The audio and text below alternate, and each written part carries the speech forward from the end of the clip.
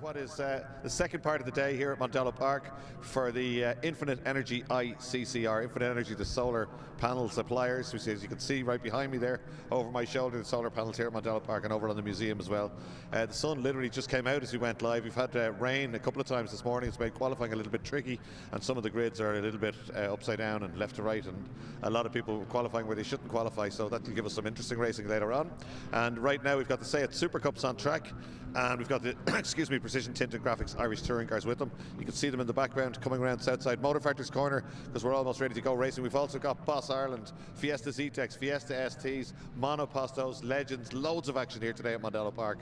So let's go racing with the Supercups and Irish touring cars. So as we say, ITCC cars starting at the back of the Zetecs here. Zetecs, of course, have different level power ECUs. You can see that on the cars when they line up on the grid. So Max Turley is on pole position, and we've got a live onboard camera with Max Turley. But he's got 310 brake horsepower instead of 340 because he qualified on pole position. He'll get his power back for the second race as long as he doesn't win this one. Or he could try and hold them all back. Watch out for Stephen Wright alongside him. Very, very quick rally man, and he has made a wonderful transition to circuit racing. He's been very, very quick, and he's on the outside of the front row. Then it's Brian Berry and Barry English, Paul Power and Eddie Peterson, Dave Maguire and Adrian McNally, and Paul O'Brien right at the back. A huge engine rebuild on the Paul O'Brien car overnight. I saw that car with the head off it yesterday evening here in the paddock in Mondello Park. So well done to DOB Sports Cars and the team for getting that back up and running. In Irish touring cars right behind him, Cian Walsh and Rob Savage, incredibly quick drivers. Then Stuart Curran, Owen Drought, just straight from the airport. He was at Andre Rio in Maastricht last night apparently. He didn't qualify, he's done a few laps at lunchtime, and he's getting ready to go. Away go the Zetecs. The ITCC cars stay there. Then the slightly slower class, Stephen Martin, Oisin Clune, Ryan Stryker, and Michael Clune is there. Is he too? No, I don't see him. Got one car that's not showing on our grid street. No, sorry, Ian Stryker, Stephen Martin, Oisin Clune, and Ryan Stryker is the grid. They're getting ready to go. We've got two cars in the gravel already. Paul Power and Dave Maguire down to turn one. I wonder will they stall the start for the touring cars because of that. I suspect they might, they will. Red flag is out.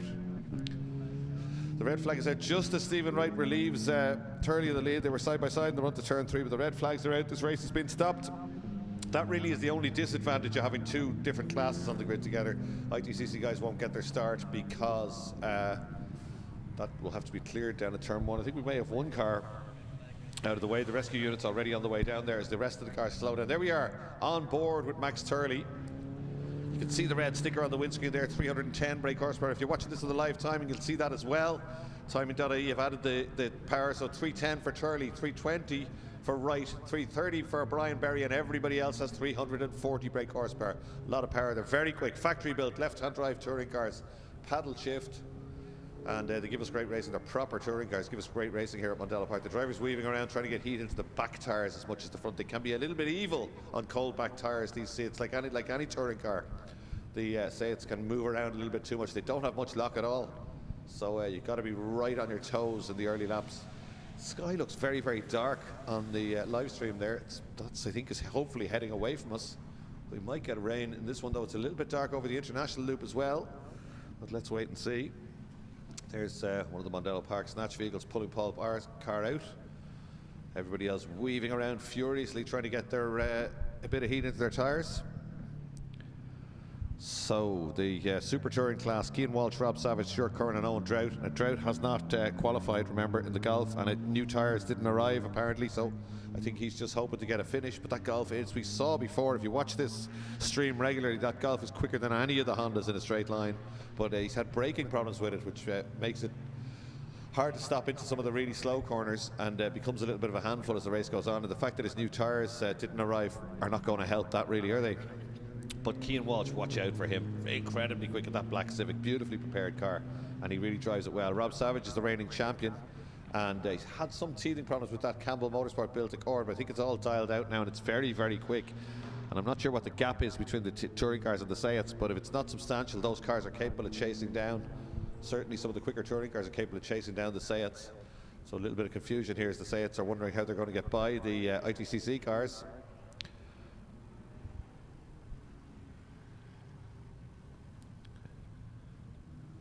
So yeah, they only really need to move Rob Savage, so they should be able to get by. Well, Stephen Wright's a rally man. He doesn't mind going across the grass on the outside. They'll probably all fit through there. They certainly do.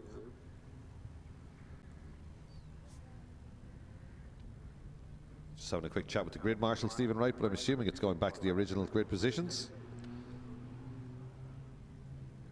Dave Maguire has managed to get out of that, extract himself, and so has Paul Parr, and I think Paul Parr might be able to restart, which would be good. We don't ever like anybody not being able to make the start of a race. So Max Turley will take up his pole position once again. Indeed he does.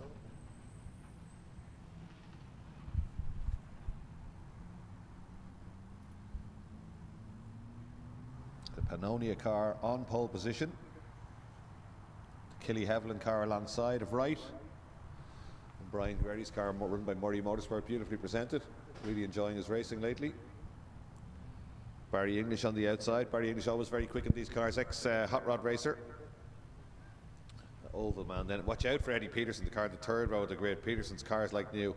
Eddie Peterson always right up there, and there's a little bit of work to do, and won't have been happy with qualifying. He's a multiple champion in auto testing before he came circuit racing. Then it's Dave Maguire. Adrian McNally, another rally convert who's been making great progress this year, 777. And then it's going to be Paul O'Brien and Paul Parr. Parr's car a little bit out of formation there. He's trying to get up onto row 3 there, I think, beside... he's getting plenty of hand signals from Murray Motorsport. They've managed to get it through there, and the Parr car, complete with shoved-in passenger door and sill, will start from row 3. So we should be good to go now. Barry English just needs to come forward just a little bit.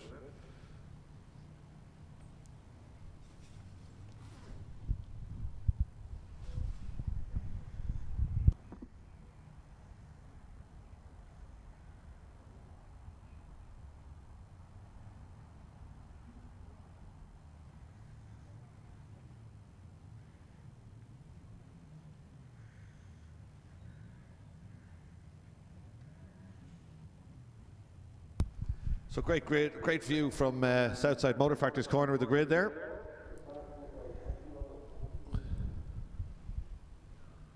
The team's all standing well back. The pit wall cleared. Pit wall has to be cleared before every race starts, of course.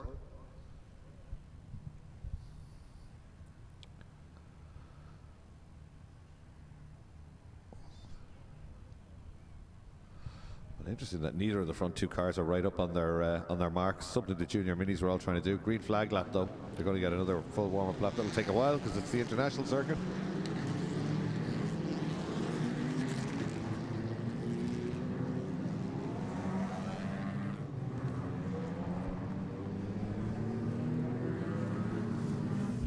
So there we are on board. Look how aggressively he's weaving around, trying to get a little bit of heat into the tyres there as they go through Campion Corner, up through the gears, now down towards turn 3.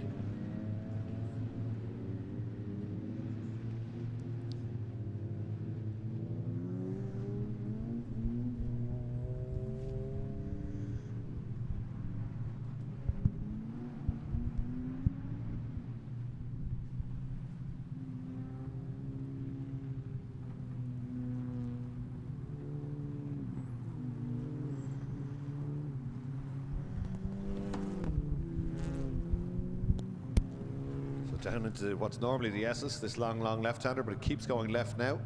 Bridgestone corner, right out to that exit curb where the school building is on the outside, and then up the hill towards the right-hand Lola corner and out onto the long back straight. So all weaving around, trying to get a bit of heat. The tyres, slick tyres on all these cars.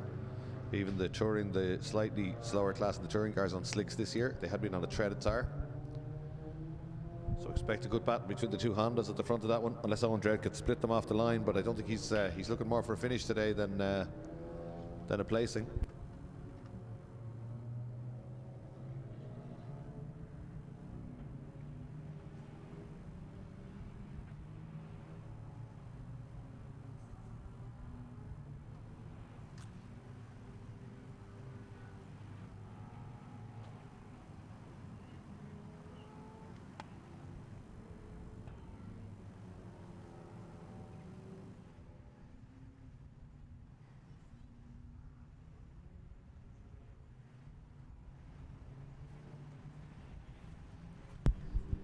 So Andy Kavanagh joining us here in the commentary box. Andy, what was all that smoke from your Fiesta Zetec earlier on?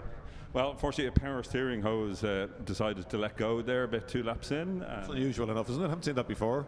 Yeah, they're sort of rooted. It's a bit of a spaghetti junction under the bonnet of my car now, to be honest. And the spaghetti was in the wrong place, and the sauce came out. Yeah, so yeah, so it was a bit of a disaster because I was going well. I would have hoped to have held 6th and then pole for race 2, but yeah, I slid in my own oil. Actually, was the thing. You know, so yeah, and then. Sure, I didn't know what it was, decided to come in before things started blowing up, you know. So where are you going to start? Right at the back of the next race, is it? I think, yeah, somewhere around Carlow or something like that, I think, yeah. What's the plan? To get to Dublin, really, you know, like, no. We've been keeping an eye on the live stream, Andy, the Miles Plus car. Yes, yeah. The oil is back up now, topped up, so yeah, we're in good shape. Hopefully we'll be back in the pace now. And see stuff, Andy Kavanagh, thanks for dropping up and letting us know. So we'll keep an eye on Andy. That's going to be even more action in Fiesta Siltec Safety, Fiesta Zetecs. Not that we need more action from them, but Andy's starting at the back, and you can be guaranteed he's not going to stay there for too long. So we're almost ready to go racing again on the live stream. It is young Max Turley on pole position. Great effort from him.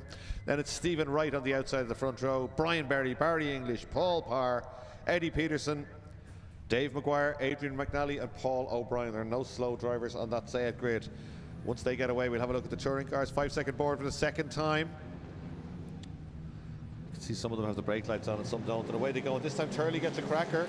Oh, Barry English goes with him, and it's Wright who drops back, and Berry unfortunately being left on the grid, but Turley has made no mistakes despite the small ECU, and he leads the pack down into turn 1. A little bit of a help from Barry English, but just bumper to bumper really.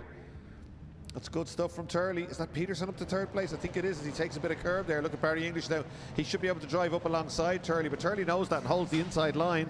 But certainly he's got more straight line speed as Barry English as they head down towards turn 3. And the touring cars are away. Cian Walsh with a great start. Savage with him on the outside. Drought gets the better of the second row battle, and he pulls across, but some of the touring class cars already up with them. Some of them. Stephen Martin with a cracking start in that Castle replica livery, but say it's already climbing the hill towards Lola. Well, Max Turley containing this well, considering he hasn't got the ultimate power, but this is where he could pay for it. But he just so committed coming in there, takes a length and gets away. Peterson is up to 3rd place. Parr, I think it is. He's improved so much this year, Paul Parr. Really quick in these Sayeds.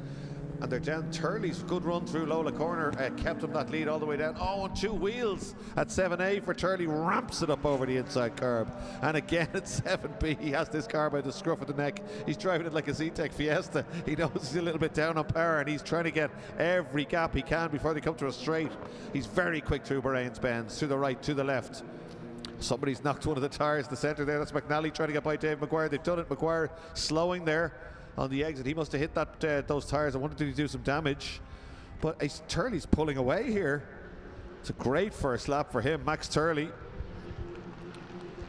He doesn't even have to defend into the final corner, right up onto that inside curb. These touring cars are built for that. They don't mind taking a bit of curb. And here we are out onto the main straight. Look at that paddle shift.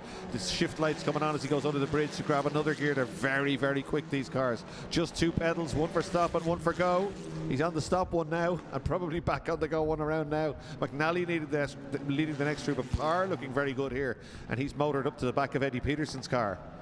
Look at Turley again onto the exit curb at Campion Corner. Not a particularly comfortable place to be. He doesn't care. He's thrown caution to the wind here to try and get away. Coming up out of turn 3 now. And back down towards the main arena. Well, the car moving around under him. Off the back of the car, let it go there as well. This is great to watch. You don't normally see these cars moving around, but Turley really having a go. So it's Turley, English, Peterson and Paul Parr. The gap back to McNally, who's going nice. Look at you can just see how committed he is. He chucks the car in and it bounces on around as it settles there before he gets back on the power. But that's got him another couple of lengths. He really is going well. Remember, he's on the small ECU, 310 brake horsepower. Barry English has 340, Eddie Peterson has 340, Paul Parr has 340. Doesn't bother him, and English goes a little bit wide, and Peterson almost has to sniff up the inside at 7B, but doesn't get it done on that occasion.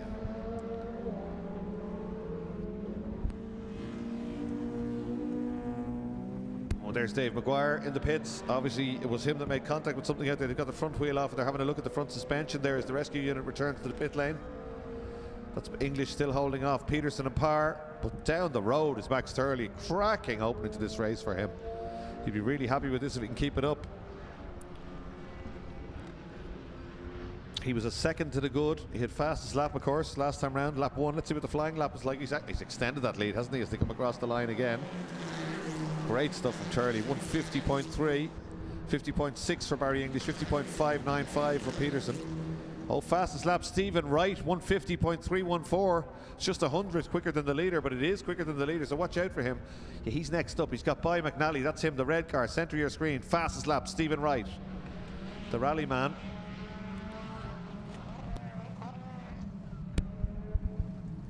Somebody going slowly out of shot. That's Paul O'Brien, one of the Zetecs, coming into the pits. But that's second, third, fourth in the Zetecs we're looking at.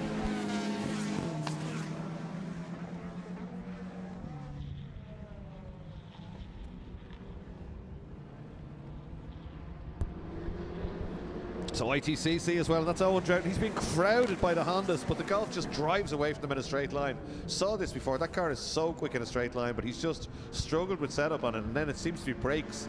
We thought it was the last one, it just looked like it didn't handle, but Owen's saying that after a few laps, it finds it very hard to get the car stopped, and that's what's stopping him getting into the apex. You can see it there, a clean run through Campion Corner, and it does just drive away from even the quickest of these Hondas.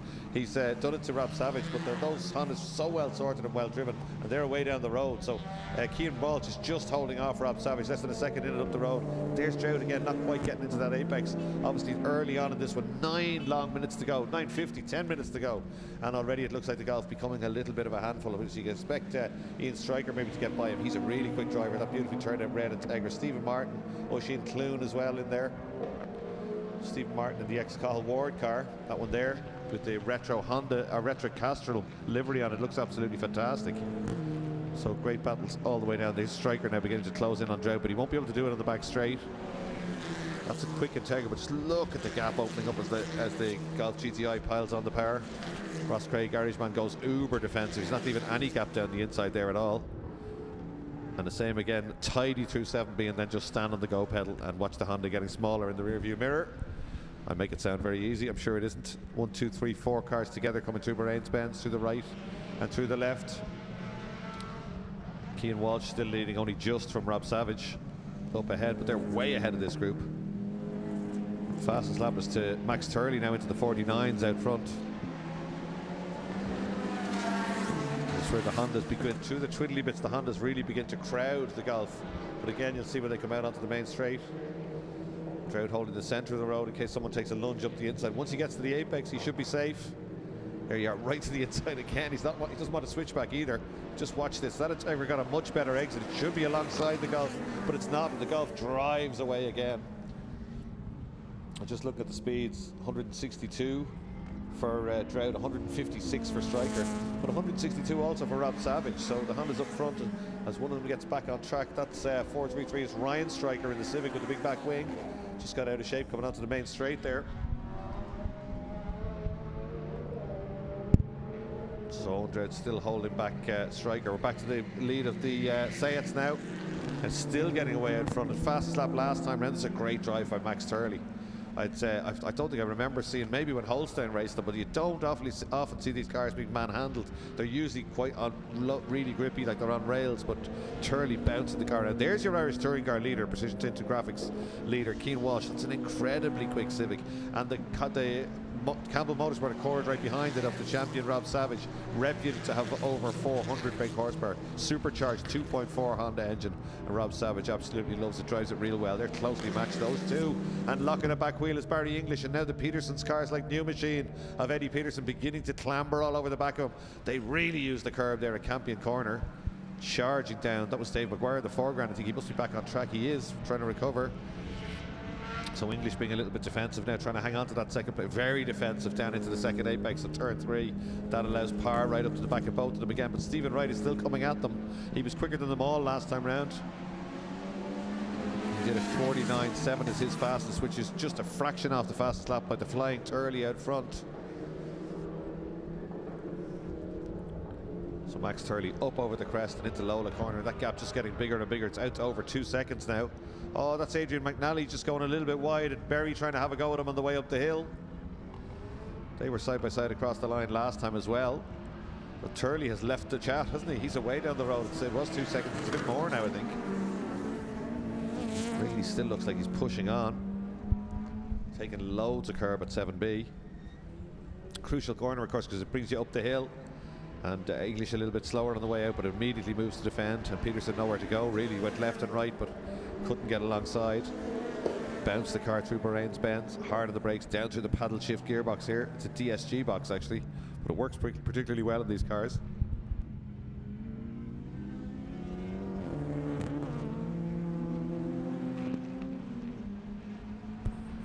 And English goes wide, and that allows Peterson alongside. He's going to try and switch back, but he can't because Parr is on the inside, so he's got to sit round the outside. Parr almost got alongside, but Peterson gets a run right round the outside. Eddie Peterson, but can't quite get it done. Has to get back in behind Barry English. So it's Turley, English, Peterson, Parr, Stephen Wright, and Wright has caught them. Look at this at the back of the group. Oh, he's got alongside Parr already, but gets shoveled off for his efforts. So Stephen Wright absolutely flying. He did a personal best last time round, 49.726, which is just 100th off the fastest lap. So he's got plenty of pace.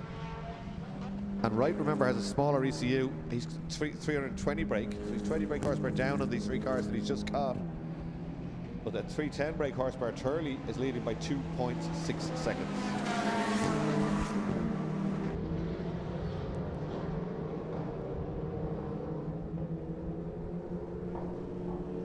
So Wright just regrouping there and trying to close back down on them again.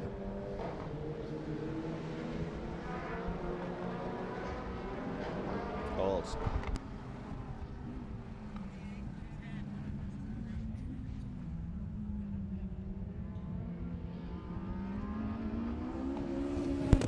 Peterson still having a go, but Barry English just containing him. Oh, and a little bit of contact there. Peterson into the back of Barry English. Barry wasn't too keen to get on the power there because he didn't want an overlap. Didn't want Peterson getting a switch back there, and Eddie wasn't for lifting out. So a little bit of square on contact at the back, and Barry had to put a bit of opposite lock on and keep it pinned, and Eddie didn't press the issue. So they're really having a go though. Peterson there right into the back of him again through the long left-hander. Look at Max Turley. This is incredible. Out to 2.6 seconds last time, and Peterson almost gets alongside, but Barry English is nothing if not brave, and he just throws the car in across the bows of Peterson as if there was nobody there. Here's Wright again, up the outside on the brakes of Parr. Parr just drives out to the curb as he did the last time. Wright knew that was going to happen this time, so didn't have a go. No chance of getting alongside in the straight because he hasn't got the power. He'll have a go on the brakes though, and here he comes down the outside again. Doesn't want to be sitting around the outside though. We saw what happened when he got up the inside the last time, but that's the outside for the next corner. Campion, they go through it there. Some of the touring cars in the foreground there, just not for that far ahead of them.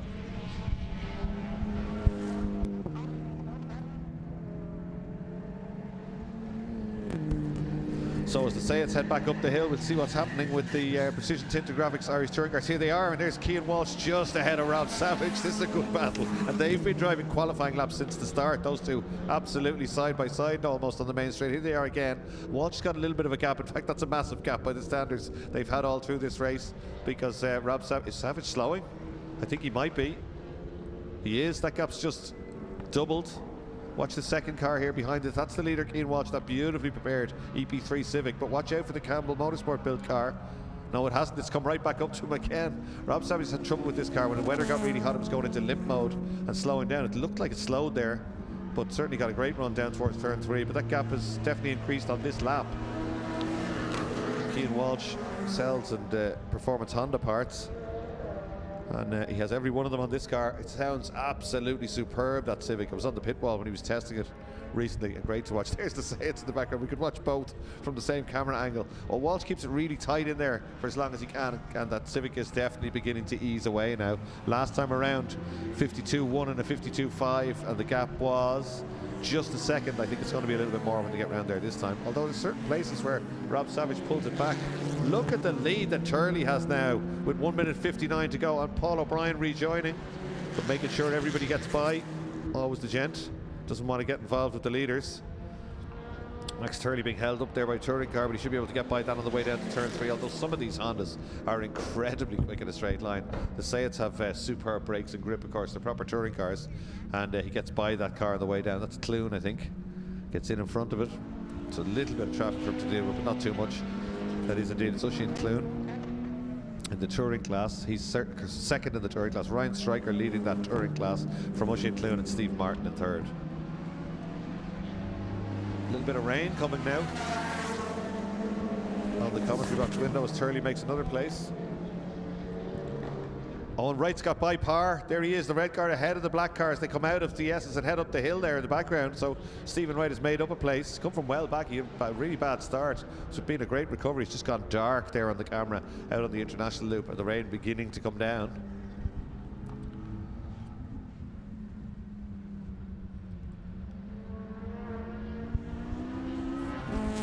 So the Zetecs are going to get traffic here, and that's when Wright will try and pounce. Turley is away down the road, 43 seconds on the clock. He might get another lap. Windscreen wipers on the cars now as they head down the main straight. The rest of them out on the loop, but there's contact between two of the Hondas just as the Zetecs come up to lap them, but they stay to the inside. That's good stuff. Let the Zetecs around the outside, which they should all be able to do. It's a little bit crowded out there. They're all having their own race, remember. So they're staying apart anyway, which is great. Peterson, oh, Wright goes up the inside. Wright trying to, but he's lost a place actually by doing that, because Parr made the best of it. And Parr now looking down the inside of Eddie Peterson. Peterson just gives them just about enough room, a little bit of elbowing, and they come out together, but Peterson on the outside and Parr on the inside. And this is the final lap. The clock goes to 0 now. Wipers on all the cars. They're all on slick racing tires. Every car out there is on slick racing tires. Peterson holds the inside. That's Dave Maguire just trying to get to the finish, obviously limping around with a problem with that car.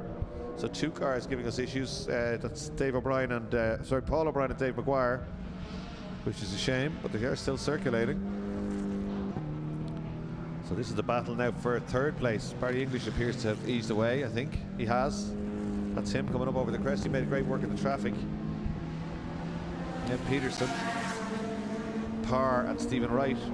So the battle is for the final step on the podium here.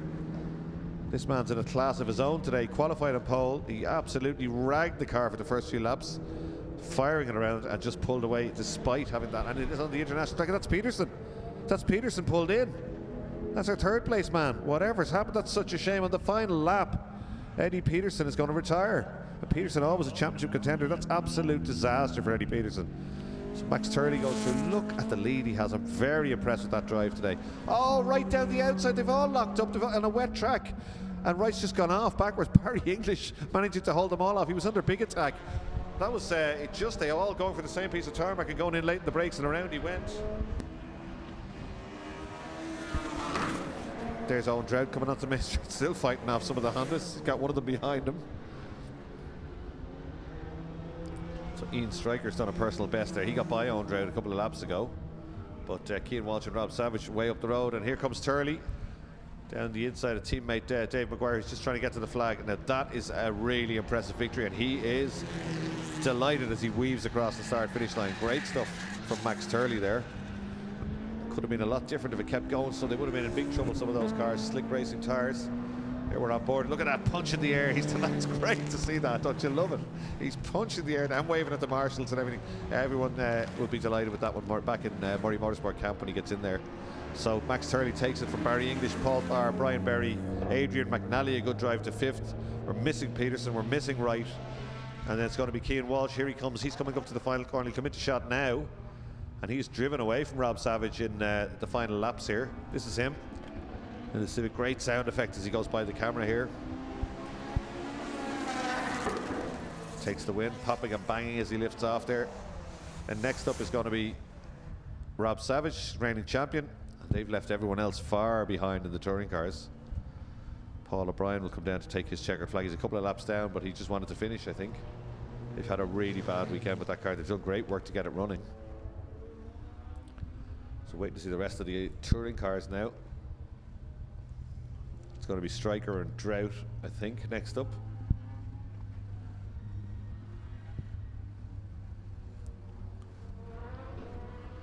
You can hear that screaming Integra of Ian Stryker before you can see it. There's a great shot of it going up the hill there to a south side. And here it comes roaring across the line. Great stuff, and that's a win for Stryker in the touring class. And there's Owen Drought, who'll take third place in the super touring class, which won't help him in his quest. He was leading the championship coming into this one. We'll have to do the sums and see where they are for the next one, but I know he's hoping for rain for race 2. As we said, the tyres didn't arrive. So great entertainment, great stuff from the ITCC and from the Say It Supercup guys. So let's have a look at the results. There we go. Say It Supercup, Max Turley in a class of his own, it's got to be said. He won that race by 12 seconds. Then Barry English in second place. Paul Parr, good run to third place. Brian Berry in fourth. Adrian McNally in fifth. And then Cian Walsh takes the ITCC win and Super Touring honours as well from Rob Savage. Then Ian Stryker takes the touring class and Owen Drought third in Super Touring. And then Eddie Peterson showing next up, but he was actually a lap back. And Oisin Clune in touring, Ryan Stryker in touring. And Stephen Martin we lost unfortunately early on in that one, that beautiful Castrol livery car. So they'll all be back out on track later on. And let's see if we can have a look back at what happened down into 7A towards the end when all the Sayets piled into the gravel trap, or almost. Here it comes. Okay, let's have a look at this now. We're slowing it down. Stephen right down the outside the back. Let's go. Looks like he pulled the handbrake. They don't have one. Barry English almost lured in on the brakes and almost went with him. Barry English got it stopped. Parr had nowhere to go. He was on the outside of English, so he had to go wide. So that's what happened there. So right down the outside of everybody on the brakes. Looks like he got it done. The back end got away. Shower rain out on the international loop. We can see that. It's darker out there than it is on the national track. And that just caught them all out. But great entertainment in that saloon car race at Mondello Park.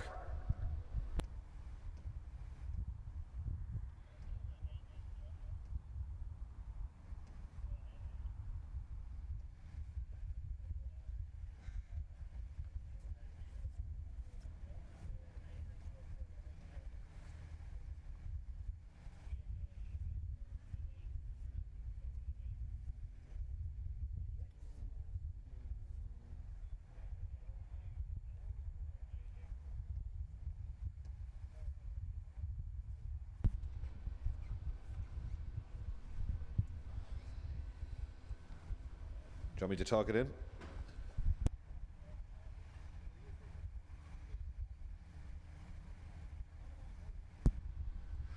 So Boss Ireland will be next out, but they haven't come out of the garages just yet, so we'll take a quick commercial break. And the paddock buzzing down below us with all sorts of drivers and teams are all over at Park Ferme talking to their Say It and Irish touring car drivers. So a busy paddock here at Mondello Park. We'll be back in a few minutes' time with Boss Ireland.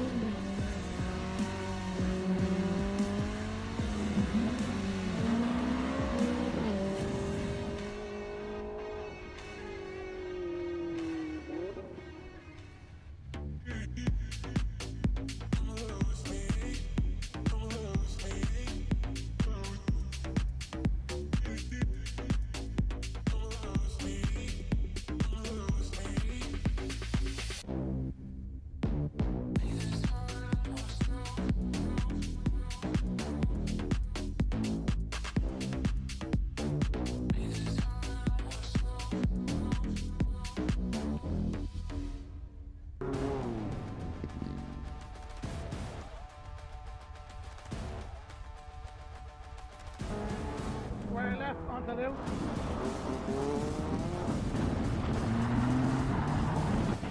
Yeah, that's good. Good driving. Keep going. Keep going, keep going, keep going. Rev it up, rev it up. George, go, go, go.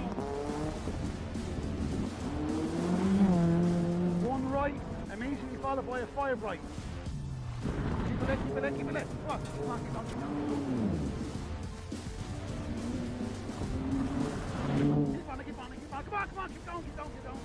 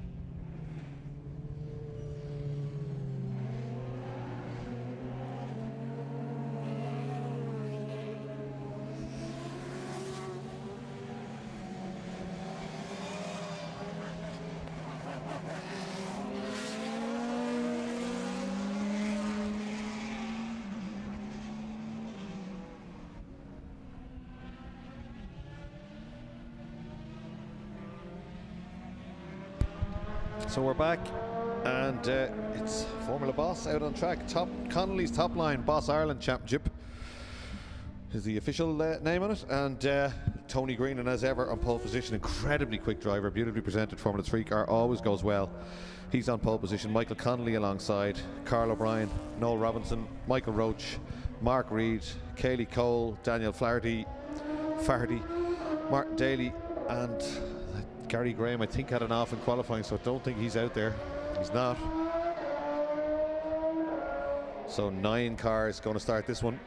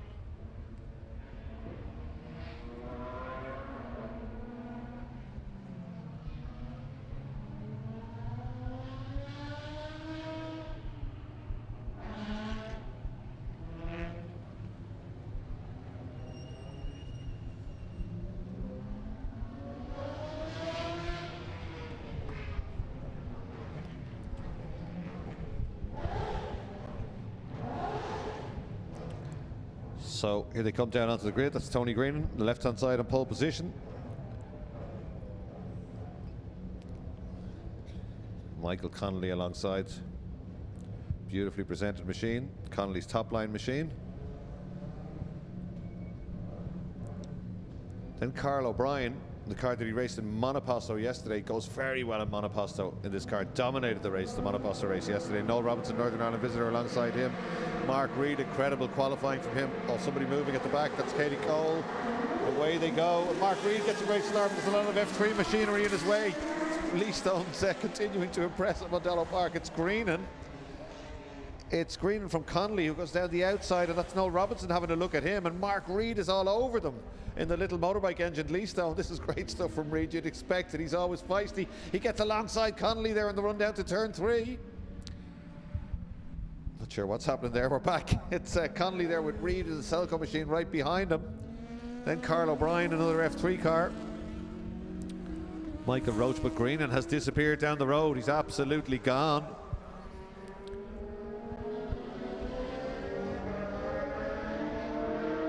And 2 Monoposto cars there, wheel to wheel, as Mark Reed getting driven wide with two of the quicker cars just driving by him on the way up the hill. Nothing he can do about that. Commitment is no good on the straights. It's good on corners though. Here he comes again. Reed just flings the car into Lola corner in an effort to stay with those cars in front, but they just get away again as they do on the way down to 7A and B. So Tony Greenan already checked out at the front.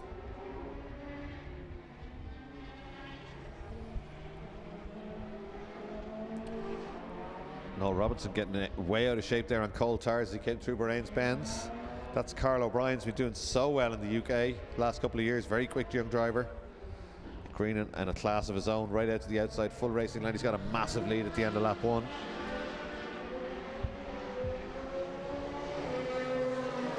Big lock up from Connolly there. Doesn't quite get into the apex. They come charging down the straight now. You can see Robinson looking in the mirrors to see if this bigger car is coming at him. Michael Roach next up, Carl O'Brien, Mark Reed, and Kaylee Cole and Martin Daly and Daniel Fardy.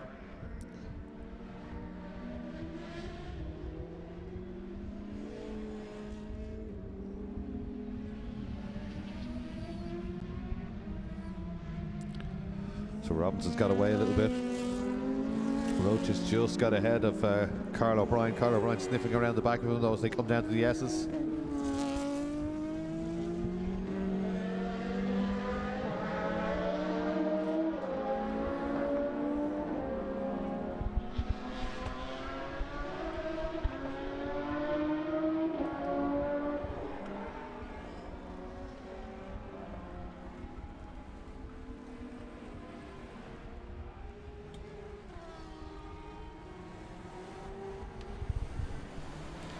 Battle really for third place here.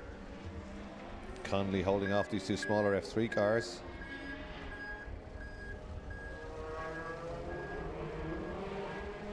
So Tony Greenan in a Dallara F317 Mercedes engine. Formula 3 car down the inside goes Roach and around.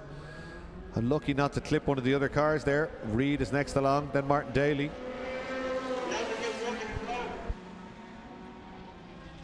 Quick spin there for him. That's broken up that battle just a little bit.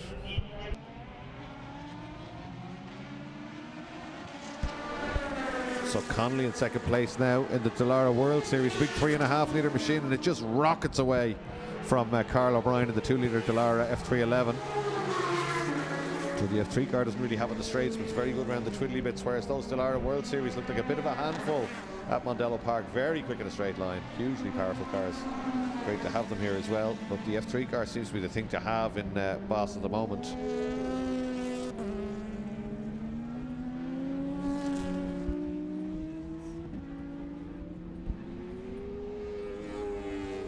So Robinson clear in second place, Green in 12 seconds to the good up the road. Robinson in second, then we're watching this battle for third, Michael Connolly and Carl O'Brien. Carl O'Brien trying really hard in this F3 Dallara. Mark Reed still showing in picture there at the bottom of the shot. Just can't quite stay with the big cars. I think it was on the national track Reed might have a go at them.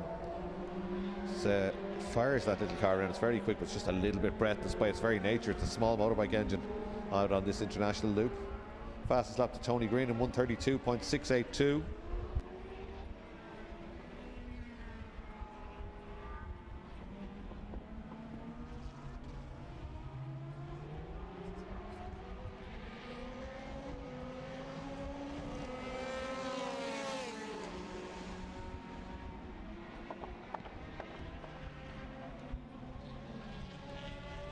Sorry for the silence, just checking the lap records there. Dan Daly, I think this might be out of date. Dan Daly is the lap record, but I think that might have been broken before. It was a 32.2.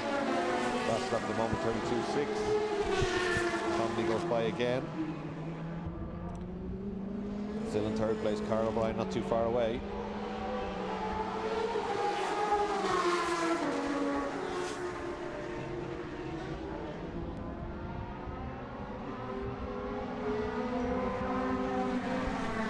On the grass on the outside, the way down to turn 3.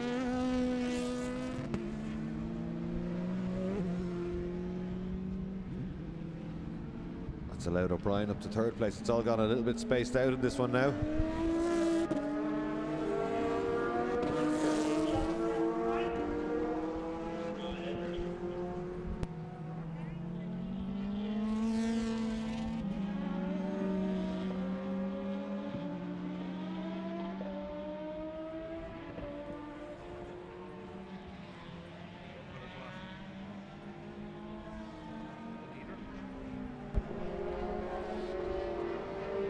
Inch perfect there for Carl O'Brien. Gets both apexes perfectly.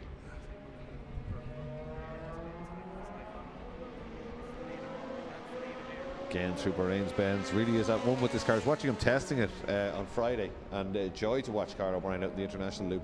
I was down at 7A and B for some of testing, and he was clearly quicker than the other Monoposto cars, and he's not embarrassing himself with these more modern F3 cars either. I think he's closing down. Could he be closing down Noel Robinson? I think he might be, you know. Let's have a look. 38-1 for Robinson, 37 dead for Carl O'Brien. He is closing him down. So Carl O'Brien, you can see him flicking the car as he comes down to the end of the main straight there.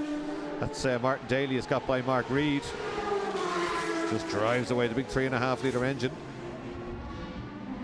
Here they come down into the first corner. Kaylee Cole in there too. That car's incredibly quick. The little Jedi that she drives. In fact, if we have a look at the speeds, she's done 177.9 through the speed trap, 168 for Mark Reed. It's way quicker than Reed's car. It's quicker than some of the F3 cars. Motorbike engine Jedi car, and it's just so quick in a straight line.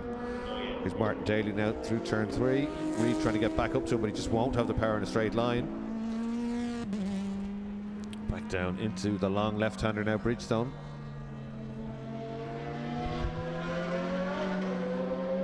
Michael Roach is bearing down on all three. Here he is in the F3 car at the back of this group.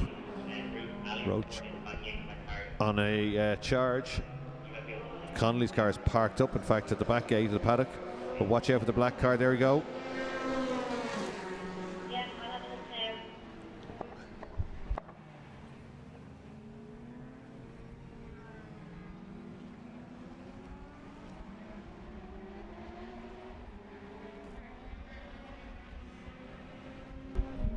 So they're all beginning to bunch up there. Martin Daly being crowded through the twisty bits by Mark Reed.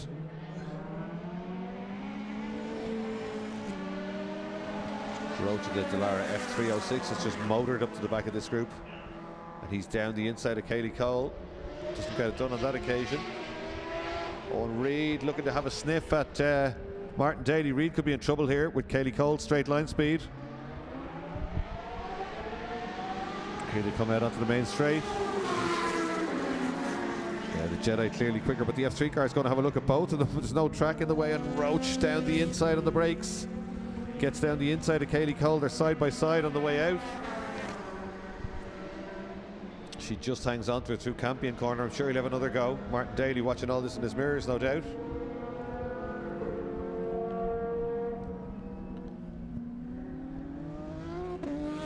Yeah, he's got by Cole now at turn 3.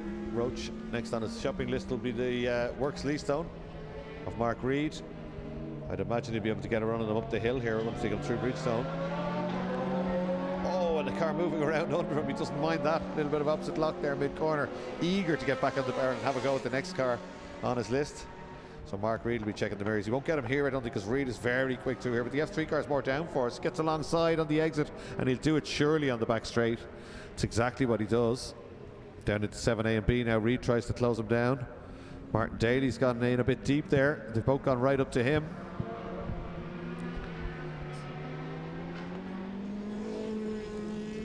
Through Bahrain's bends now. Martin Daly under pressure from Roach. Looking for a gap. Will he get down the inside here?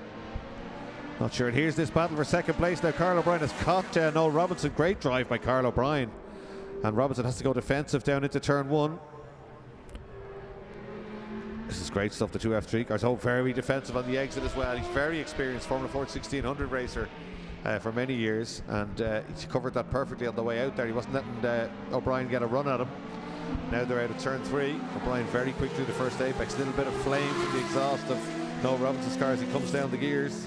Robinson was entered in a Dallara World Series, but running an F3 car.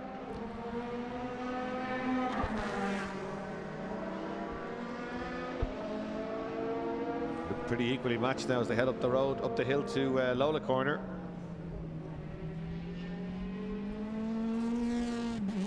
Through that long right hander. That's where the F3 cars, the more modern F3 cars, are so quick, and he gets away a little bit there.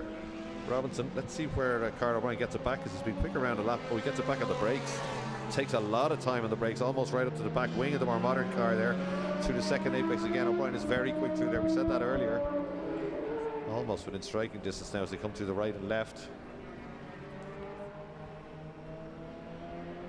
It's a good run through Bahrain's bends. Robinson has it covered, but O'Brien doesn't mind going down the outside. It switches back to the inside, but there's no room there. The global car just slams the door shut. It was take to the grass or lift off, so he had to lift out of it there. But I don't think that's finished just yet as they head up towards the final corner. And flames again spitting from the back of Noel Robinson's car. Great run through the final corner, puts O'Brien right in the slipstream as they come out onto the main straight. Robinson's car quicker, but not by much in a straight line. He pulls a length or two as they come through there.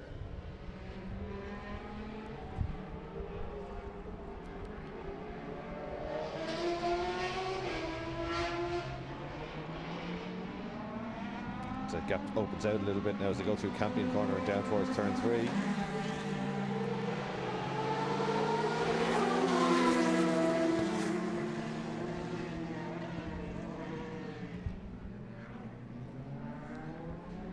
Once again, O'Brien closer as they go through that long left-hander. But he's using the curves on the way out. He really is having a go. This is where Robinson just eased away a little bit through the quick right-hander. It's a long, fast corner. Not so much this time. O'Brien hanging on there, going right out to the edge of the track, and it does in fact get Robinson a little bit away again, but not by much. There's 2.5 minutes to go in this one. This is the battle for second place. Tony Green, and remember, way up the road, leading by must be half a minute at this stage. We'll see when they get to the line, because he's already gone through to start another lap. He's done a best lap with 1:32.269. That's 7 seconds quicker than these guys lapped last time round.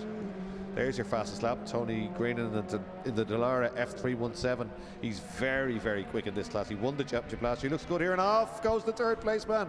A bit of Dukes of Hazzard there on the outside, right across, just hit some of those bumps on the outside. That is probably sorted, hopefully it hasn't done damage, but I'm sure that sorted the battle for second place. But it really was a brave effort by Carl O'Brien. Very impressive stuff before that.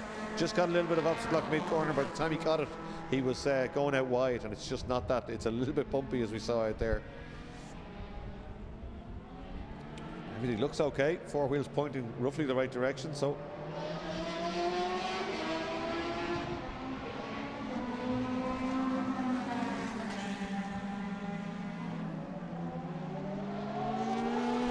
here's this battle again. Martin Daly's got ahead of the two smaller engine cars. Mark Reed looking in the mirror. Kaylee Cole comes at him on the straight. She pulls out to go by, but Reed later on the brakes down into turn 1 and holds on to that position as they get turned in. Martin Daly just easing away from them both just a little bit there. He's got past them both in the last few laps.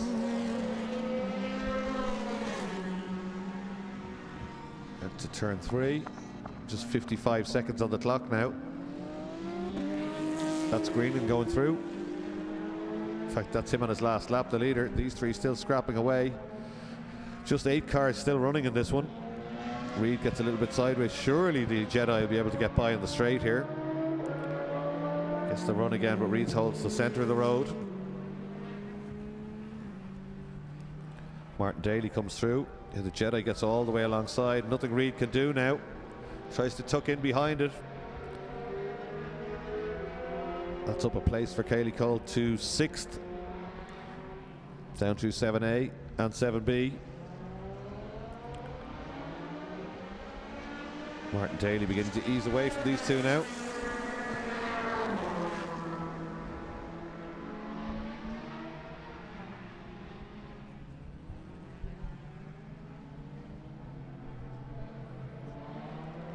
So the leader is out on his last lap.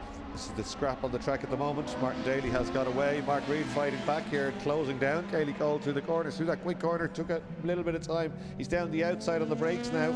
There's nothing he can do, as we know, in a straight line. Well, she misses the apex. He gets to the apex. He gets alongside, gets a much better exit, but that Jedi's just quicker in a straight line. Drives by again. Great battle between these two. There's our leader. He's almost coming up behind them. Tony Green, and such is his domination. So pole, fastest lap, and yet another win. Great stuff from the Northern Ireland driver. Really impressive. Tony Green in a class of his own. Great stuff from Green. And Noel Robinson will be next across the line for second place.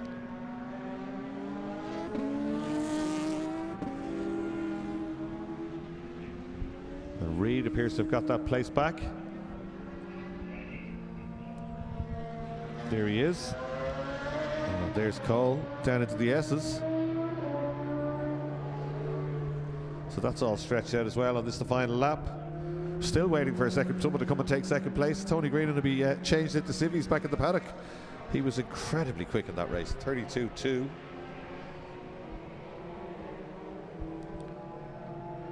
Here's Robinson, good drive from him, good stout defensive drive from him, and Carl O'Brien closed him down. And Carl O'Brien closing him down again. Good comeback drive again from Carl O'Brien as they come down, take the checkered flag. No, Robinson takes second. Carl O'Brien very impressive in third place. It's going to be Michael Roach next up. There's a Selco.ie car of Mark Reed. Great weekend for Leastone, it's got to be said. 1-2 in the Monoposto race. It looks like Reed's going to come sixth in this one. There's Michael Roach crossing the line now. And Martin Daly, Reed all over the curb, still pushing hard, still thinking he might catch that car in front. He's late on the brakes. The car moving around under him into the apex, right out to the exit curve. Martin Daly will love that. He loves a good race, and he had a scrap with those earlier on. Daly goes through, Reed goes through. And Katie Cole choosing to take the pit lane. There must be a problem with that car. It's a shame. She only had to get as far as the finish line there. It was the final corner. But she's come in the pit lane. That's a shame.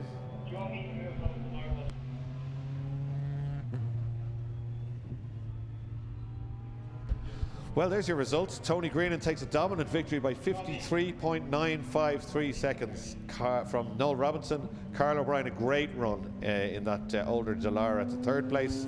Michael Roach, great recovery drive, number 46 in the F306 Dallara, older again. Then Martin Daly, Mark Reed. I think that's all the finishers. Katie Cole came into the pits. We didn't get Daniel Fardy or Michael Connolly to the finish, but they will be back out on track later on. The Connolly's Top Line Boss Ireland Championship. Fastest cars here today. So next up we will be going legend racing again. These little motorbike engined saloon cars, great entertainment all weekend. They gave us brilliant racing yesterday. They've done the same today, and I don't expect that to change. They're already in the pit lane. The BMW Ireland safety car with the flashing lights ready to lead them out the track, just waiting for the last of the Boss Ireland cars to come back in the pit lane.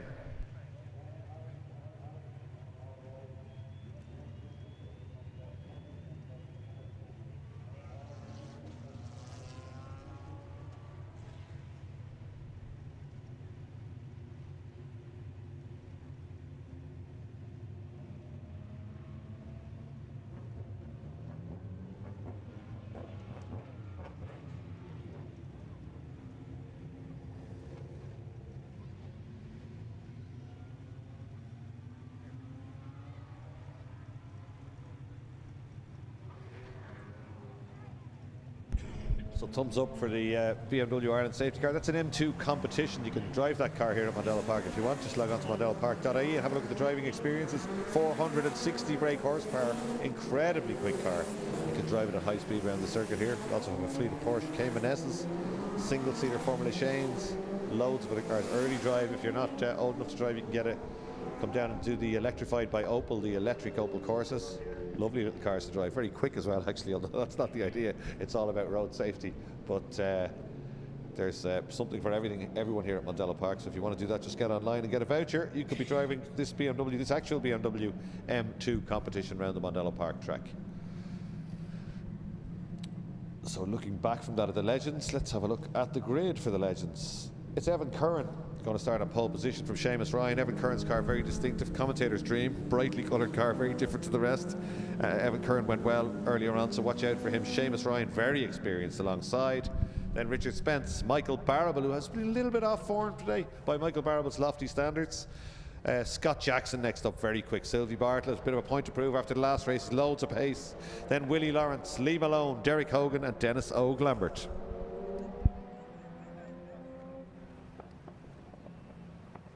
So that's our grid. They're already out on the international loop.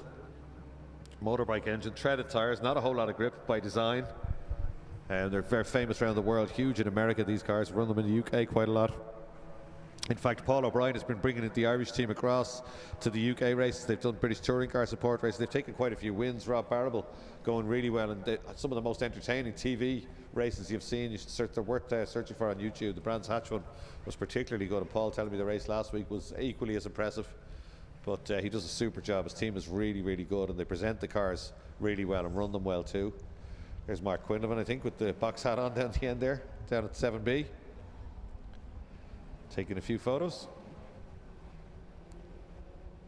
So they're all weaving around. Derek Hogan in that distinctive pink car, the Pink Panther as he calls it, at the back. And Dennis Lambert in that beautiful royal blue, bright blue coloured car at the back. He's a new addition to the grid. He's got the van-shaped body, or the saloon, as opposed to a coupe-shaped body on the car. With two of those out, Sylvie Bartlett and himself. The rest of them are all coupe shapes. Makes no difference. You can have a choice.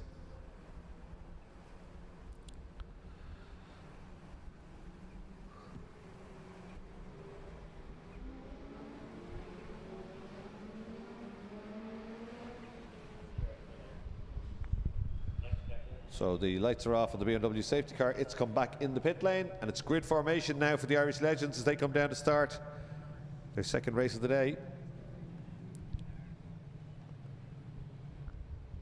So Curran leads them down.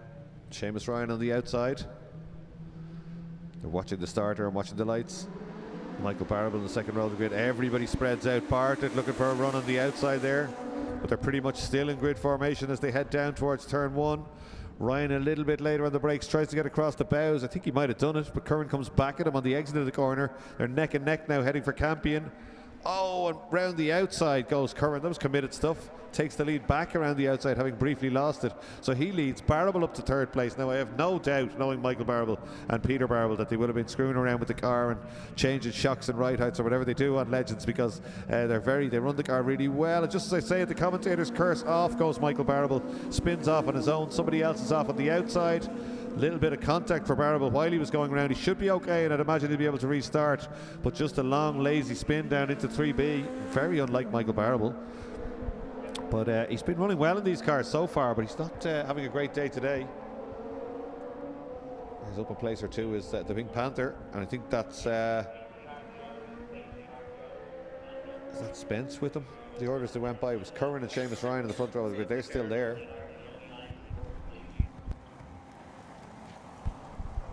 Safety car is out. Scott Jackson 99, that was, who's trying to get by the Pink Panther. We're on board with the safety car now as it leaves the pit lane. The rescue unit being dispatched at the same time. We've got a car off somewhere. I'd say that, is that Michael Barrable's car down at turn 3? Did he get stuck down there after he spun around? We're speculating here, but I think we'll be able to have a look at that in a few minutes' time. We'll see where they follow the recovery truck, and we'll see where it goes to, but I'm nearly sure it's turn 3. It is. There are waved yellows at the entrance to turn 3. It must be Michael Barrable. That's a shame. I think there might have been a car in the gravel on the outside as well.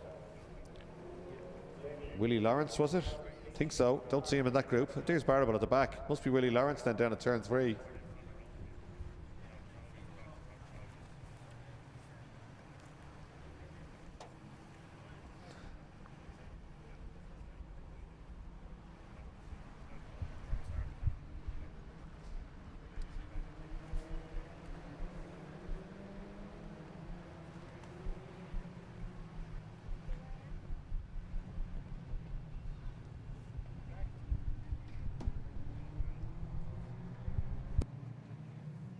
Safety car waiting for them on the main straight. They'll get into formation behind that. And out of the commentary box, actually, I can see the flashing lights of the rescue unit down at turn 3. So it is Michael Barrable's car they're tending. No, it's not Michael Barrable's car, but they're actually at the second apex at turn 3. So they must have pulled the car out. There it is. That is 77, as I thought it's Willie Lawrence. So getting that car back across the gravel trap.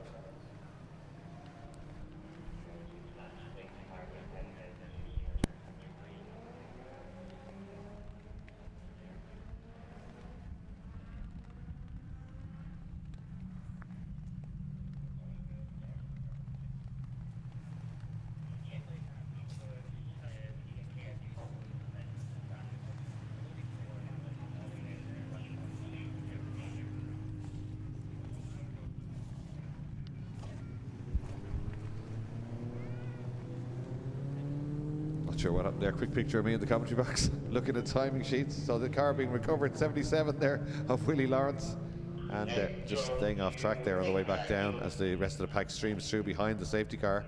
And it's raining now suddenly and quite heavily, as you can see the spots on the cameras there. That'll make it very tricky for these cars. They're a little bit of an art to driving them. They've got direct drive. They don't have a diff in the back, so their tendency is to understeer, and you have to use a lot of different techniques to get the cars turned in, and that will be accentuated in wet conditions, especially seeing as they're running full dry setup, I would imagine, because it didn't look like it was going to rain when they left the pit lane.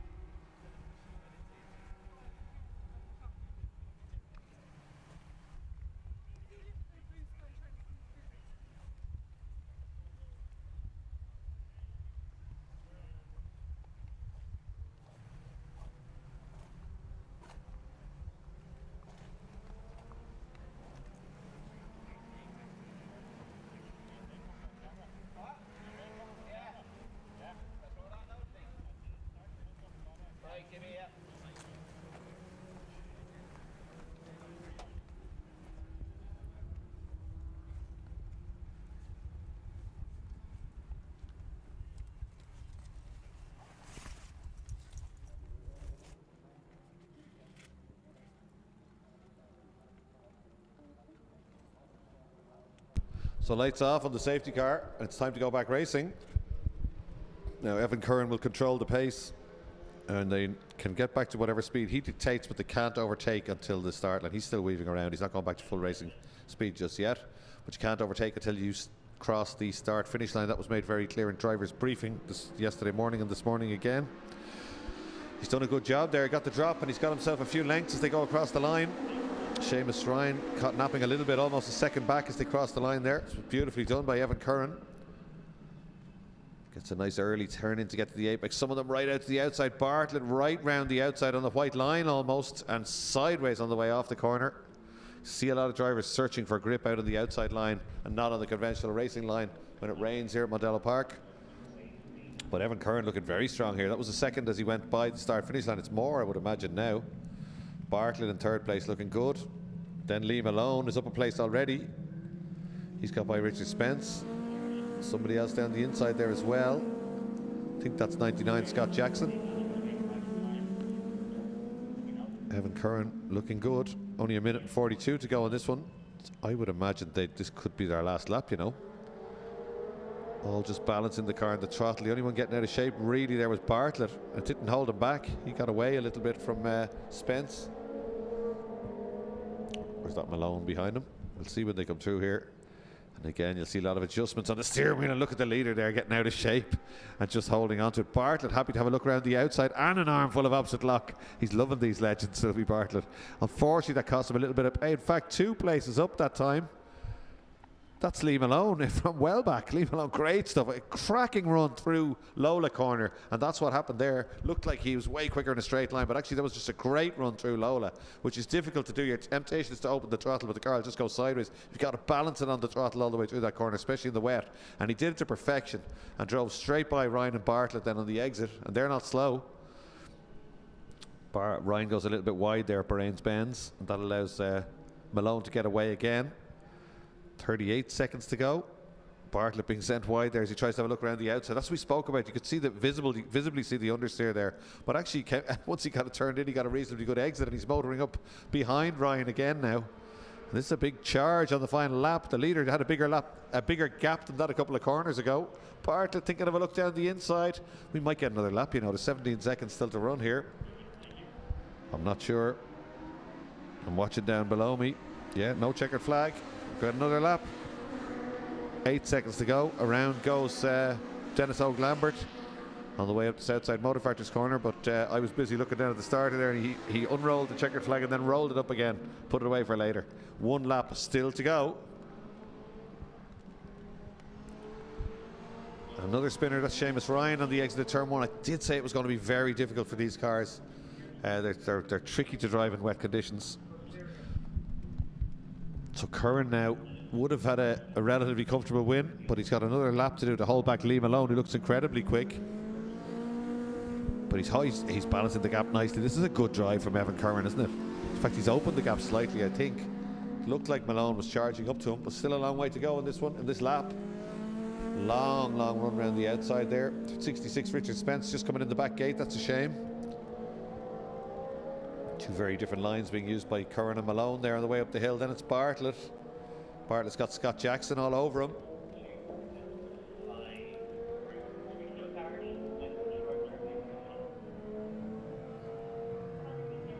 Oh, they're squirming around a lot, aren't they? Bartlett going slightly wide there on the exit.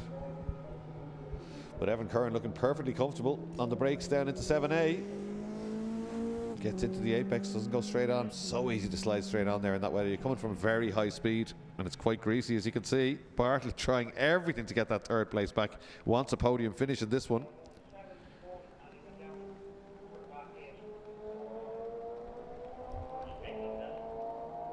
Just a few corners to run now. The checkered flag this time is being unfurled below us. Scott Jackson there getting it out of shape, but controlling it beautifully. Bartlett behind him. So it's Curran, Malone, Jackson and Bartlett the order. Curran right up over that inside curb, as indeed is Malone, who drifts out onto the exit curb there at Nordic Spirit corner. Curran turning in quite early. trail braking to get it into the apex, and then just easing on the power. Look at the back of the car moving around. He'd be delighted with this one. That's a really impressive drive for Evan Curran. Takes the checkered flag and takes a fine win at Mondello Park. Charging drive to second place for Lee Malone, and a great scrap between these two. And just taking third place is Scott Jackson from Sylvie Bartlett right with him. Michael Barrable next up, despite that spin early on. He moves up a place in the last lap for fifth ahead of Richard Spence. And Derek Hogan goes by next in the Pink Panther. So we're missing Seamus Ryan, I think. And Dennis O'Glambert, he had a spin just a lap ago, but he's still running. He'll be next across the line. He's just coming up the Southside Motor Factory's corner now.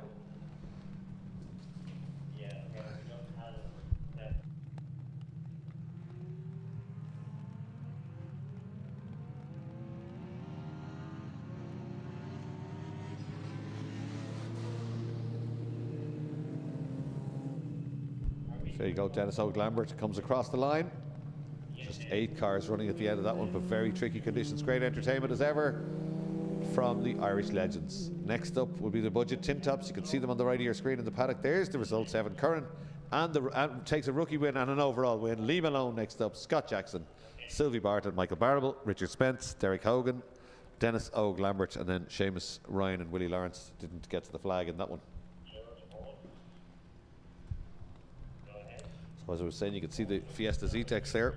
Biggest grid of the day. On the right hand side of the paddock, Neil Murphy with the flashing lights on the Siltec safety Fiesta Zetec van. He will lead them round on their formation lap as he did earlier. So I think there's 29 or 30 of these cars today, although 1 or 2 have had issues. But big day for Mick Keogh here. Mick Keogh is he's came into this class about 3 years ago maybe, in a borrowed car, and gradually made progress. They wanted to build his own car, and he built this car. It's worth a look in the paddock. It's absolutely beautiful. It's really, really nice. Himself and Jay Dunnigan have put hours and hours into it, and over the winter, Mick, he'll kill me for saying it, but he trained very hard himself. He's a lot fitter than he was, a lot lighter than he was, and they did loads more work on the car, and they're always twiddling with it. And he's made a big move forward this year, Mick Keogh. He's right with the lead group all the time, but he got the 6th place in the last race. That gives him pole for this one. And tricky conditions, so it'll be a bit hard in the mouth time for him. First pole position at Mondello Park. Massive history in multi-venue trials and auto tests in a variety of cars, usually Peugeots, 309 and 206, and but got hooked on this Fiesta Zetec racing a few years ago. Gets great enjoyment out of it, and this year, as we said, a huge step forward. So he gets pole position. Jason O'Connell alongside. Jason O'Connell, one of the real finds in this class. He is rookie champion from last year. He's had a couple of outright wins already, one last year, one this year, and he really has been very impressive. But I have to tell you that he's not from Kells. He said he'd get beaten up if I say he's from Kells again, so apologies for that. He's from Carlinstown, and he'll be disowned if I say he's from Kells again. So the man that's not from Kells will be on the outside the front row, Jason O'Connell. So then it's going to be Alan Dawson and Dave Maguire on row 2, William Kellett and Sean McGovern on row 3, and that's your top 6 reversed from the last race. We'll go through the rest of them when they leave Paddock Assembly.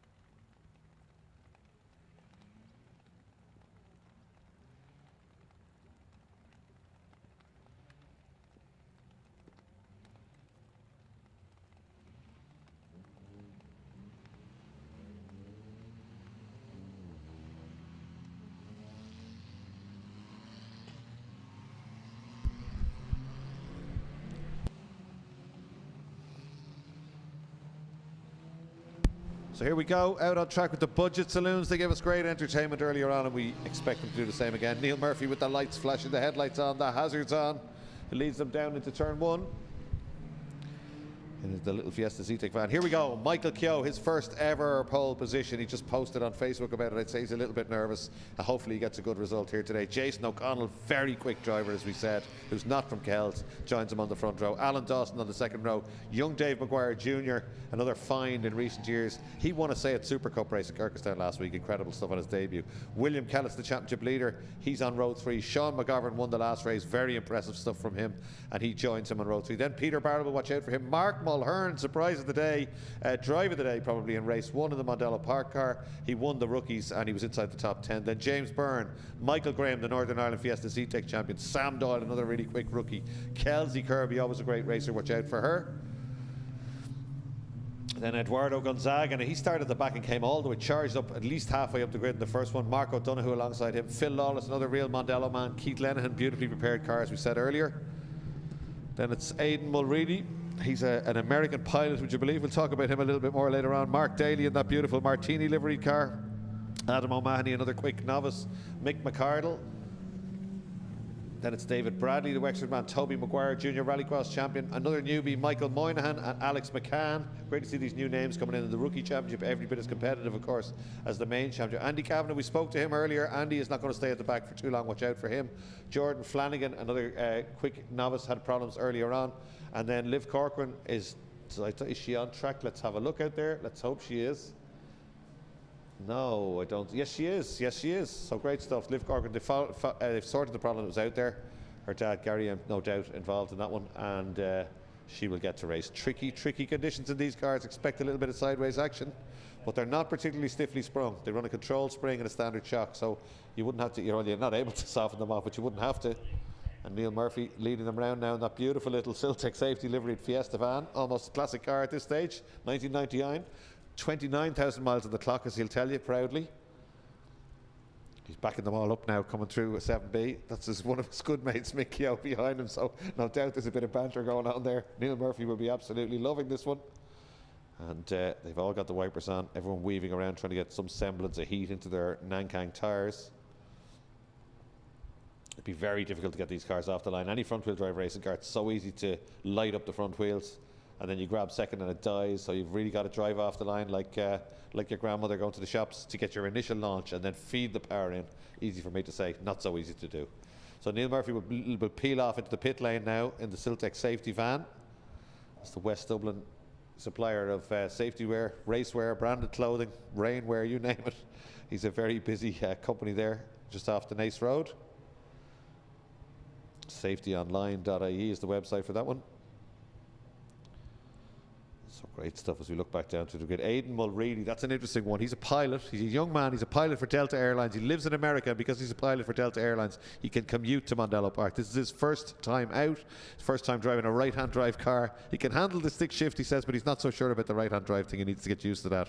Lovely guy. I was chatting to him here on Friday in testing, and he was very, very quick straight away. So he's one of the rookies as well. Rookies have got a few new additions this weekend.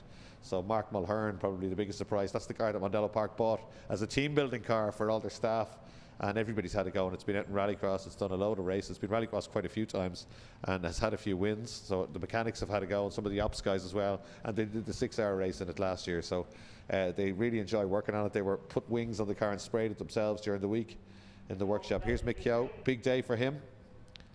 Jason O'Connell on the outside, not from Kells. Then it's Alan Dawson in the centre of the row. Look at the angle McGovern has his car placed at, facing straight towards us. Obviously looking to chop across the bows of Kellett. He sees Kellett as a danger man, perhaps. He's right. Watch out for that, the Tiger livery at the back. That's Andy Kavanagh we spoke to. Andy's massively experienced, drives very well, and I'll expect him to come charging up through the grid. He's very, very quick. Liv Corcoran, a novice at the back. She didn't get a run in race 1, unfortunately. 5-second board is up. Great grid of cars, really always great to see. The red lights are on, they're out and away they go. And Mick Keogh gets a cracker, but Dawson goes between them both. He backed out of it, but it upset the two cars. It let Dave Maguire down the outside. Maguire's going to lead this one, I feel, down into turn 1. He is. Dave Maguire leads. Mick Keogh is back, but he comes back down on the inside of the brakes. Mick Keogh up to second place. Great stuff. He could have been swamped there, Mick Keogh. I think I see Mulready making a couple of moves there, and I certainly see Mark Mulhern going nicely as they all stream through the first corner now and head for Campion Corner for the first time. Siltec Safety, Zetecs are door to door. Maguire away down the road. Then it's Keogh. Then it's Mark Mulhern in the Mondello Park car up to third place overall. There'll be some chat in the canteen this week. Incredible stuff from the former bike racer. He's down the inside of McGovern. This is incredible stuff. They'll be absolutely loving this, the Mondello Park queue. Mark Mulhern, third place. He may drop back to fourth, but he's leading the rookies by a country mile, I'd imagine here. What a start from him. That is great stuff. They come down into the S's. Maguire has got a massive lead. McGovern down the inside of Mick Keogh. Backs out of it. Mulhern's next up, but he's got across the bows of Jason O'Connell, who's not from Kells. Then it's James Byrne next up. Then Dawson and Kellett door to door, and somebody right, Peter Barrable right with them as well. So the battles have started already. We're only halfway around the first lap. And look at this, McGovern trying to get up the inside of Mick Keogh. Keogh trying to carry the speed around the outside. Mulhern, surely that car won't be quick enough in a straight line to run with the top cars. It does look good. They've done loads of work on it. They were here late a couple of nights during the week, all the mechanics working on it, but it doesn't quite have the ultimate power of some of the top championship cars. But he's obviously well able to pedal it, and the rain helping him a little bit here. And he sits around the outside, doesn't close the door there on James Byrne. But he might get a run. Oh, James Byrne up over the curb into the side of Mulhern there, and just sends him wide. Not too bad, but it did just dispatch him, and that's cost Mulhern 1, 2, 3, 4 places. So there's Maguire, Mick Keogh. He'd be worried about that wing mirror. He likes his car to be mint. He's lost the wing mirror already, but this is a great run from Mick Keogh. Kellett now down the inside of James Byrne. James Byrne gets a bit sideways. That opens the door for Kellett, and Kellett already alongside in the run to Paddock Corner. Maguire disappearing up the road. There's Keogh next, Jason O'Connell, and Kellett gets the job done.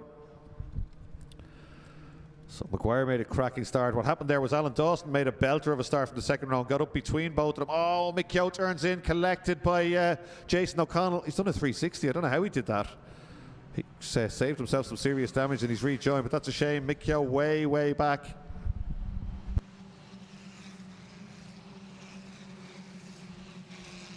So Mick Keogh slots back in front of Sam Doyle and all the rest coming through. Look at the spray from these cars. The Nankang tires throwing up spray. Dawson now down the inside of Jason O'Connell. Peter Barrable down the outside. Peter Barrable having a terrible day by his standards. He's usually in the top two and didn't really get it together in qualifying. Didn't look like he's got pace. There must be a problem with that car. Let's go back and have a look at that incident with Mick Keogh again at Southside Motor Factors Corner. There we go, down the outside. Just gets caught as he turns in. Hard to know, really, isn't it? That's his auto testing skills. I'll guarantee you that's his auto testing skills that managed to throw the front of that car around and get out of the way so he didn't get collected again. But the door was open, but it was just the slightest tip on the quarter panel. I think Mick will feel aggrieved with that one as Dawson puts the squeeze on Peter Barrable. Now Barrable is down the inside and Dawson turning in, but I'm sure he'll get it back in spades. Peter's not going to take that. Closes the door there and takes the place from Alan Dawson on the way up the hill. So Maguire getting away. Maguire with fastest lap, unsurprisingly 4.7 seconds away last time round. McGovern next up, William Kellett right with him. They started on row 3, both of them. They've got a gap back behind them. Track is very, very wet out there. Sunshine shining out of turn 3. Somebody off there, Alan Dawson. So 360 for him on the wets. High speed stuff on the way down towards 7A and B. So we didn't catch that one. That's James Byrne all on his own. Somebody off, that Kellett off on the outside, yeah. He's managed to hang on to a lot of cars going off at the exit there. It's very slippery down at 7A and B. That's Dawson again getting out of shape on his own down there. There's McGovern, Kellett. It's James Byrne going really nicely. Then Barrable's up a couple of places. Then they're all over the place. I wonder if there's somebody dropping oil down there. Gonzaga, end of the rack there. Mark Daly making contact with him. It's getting a little bit fraught out there.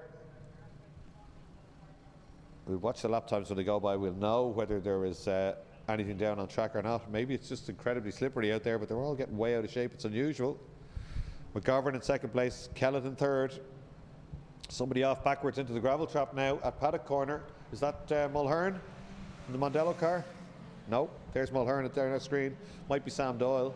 Kelsey Kirby getting in the mix now, and she's right behind Mark Mulhern. These are all Mondello guys, and that's Mark O'Donoghue now. Mulhern gets the run at him on the outside, a better run on the way out of the corner, gets him alongside. Here's Liv Corcoran ahead of, is that Jordan Flanagan maybe? Oh, Peter Barrable very late in the brakes there. We're watching the lap times. Fastest first sector is William Kellett. Fastest lap is 2:25 to Dave Maguire. Andy Kavanagh up to P15. There's your positions on the left-hand side of the screen.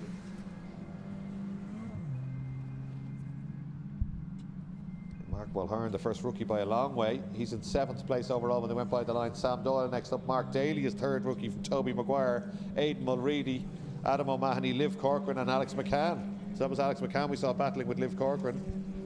Here they come back down towards us again.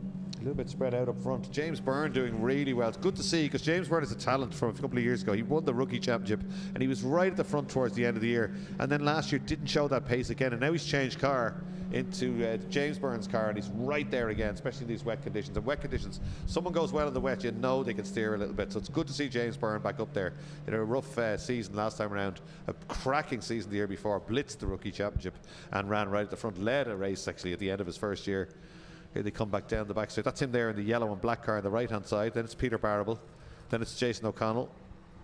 Then it's Mark O'Donoghue, Mark Mulhern and Kelsey Kirby. Great battle between those three.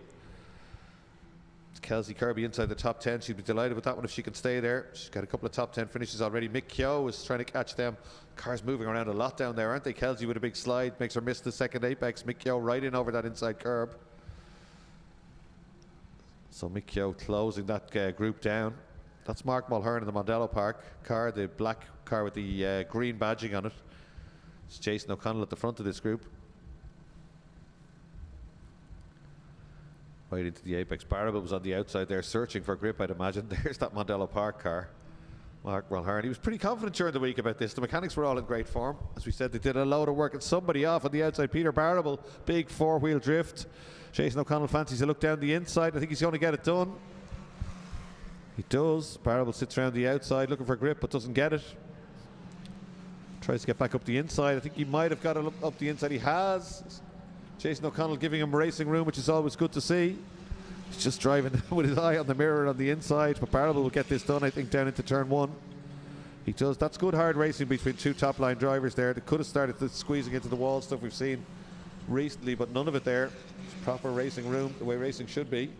We had junior minis here yesterday at Mondello Park, 16 of them, 18 of them tested on Friday, 16 raced, and we had incredible racing. So those guys will be turning of age shortly and heading into classes like this and Fiesta STs and stuff, so the future is bright.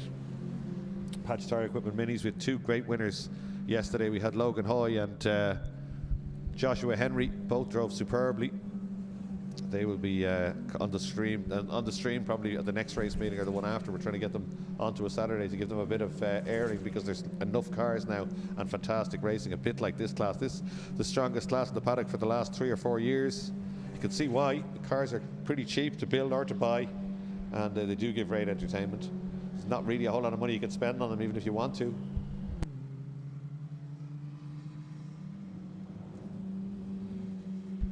Andy Kavanagh making up another place there. I think that's Aidan Mulready, the American driver. Sure is. There's Mick Keogh still trying to catch Kelsey Kirby. Eduardo Gonzaga, and then it's Kavanagh who's just got one over on Mulready. Or was it Mark Daly? We'll see when they come around. Sideways stuff there. Barrable still under pressure from Jason O'Connell.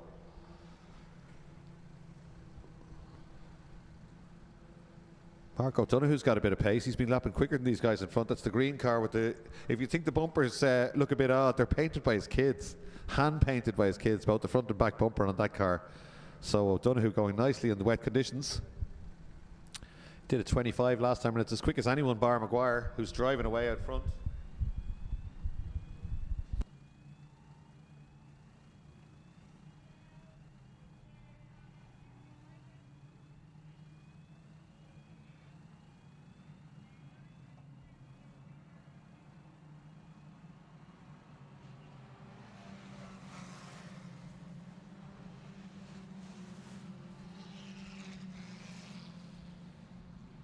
Here comes James Byrne. Barrable now on the outside. The roles are reversed, and O'Donoghue on the inside. Or not O'Donoghue. That's O'Connell on the inside, then O'Donoghue shadowing them both. Then it's Mulhern, Kirby and Keogh absolutely together for 9th and 10th. And Barrable loses that place. Nice job by Jason O'Connell. Barrable will surely fight back. Mark O'Donoghue creeping up to both of them. Very slow lap by the leader last time round. 4.5 minutes to go. 2:27. And in fact, Sean McGovern has taken 3 seconds out of him that time round, and is quicker through the first sector again. So McGuire must have had a bit of a problem or a half spin. McGovern on a charge here. Still a big gap though. It's 2.9 seconds when they cross the line. That's James Byrne in 4th place. He'd be delighted if he could bring it home in 4th place, James Byrne. As we said, he's had a rough time, but he's going really well today. That's Kelsey Kirby. Right out to the outside, Mick Keogh and Gonzaga. And there's Andy Kavanagh next up. Then it's Mark Daly, it was next up, one of the rookies. Mark Daly is actually second in the rookies at the moment. Mulhern is leading that. Here they come out onto the back straight, and Jason O'Connell now looking to have a go at James Byrne. This is the 2023 rookie leading the 2024 rookie champion. Oh, straight on, just went in a little bit deep, couldn't get it stopped. Pressure showing there, and dropping a place back, James Byrne behind O'Connell. So O'Connell's made up 2 places now, although James Byrne tries to go back at him on the run up the hill. Very close stuff, but Jason O'Connell just squeezes by.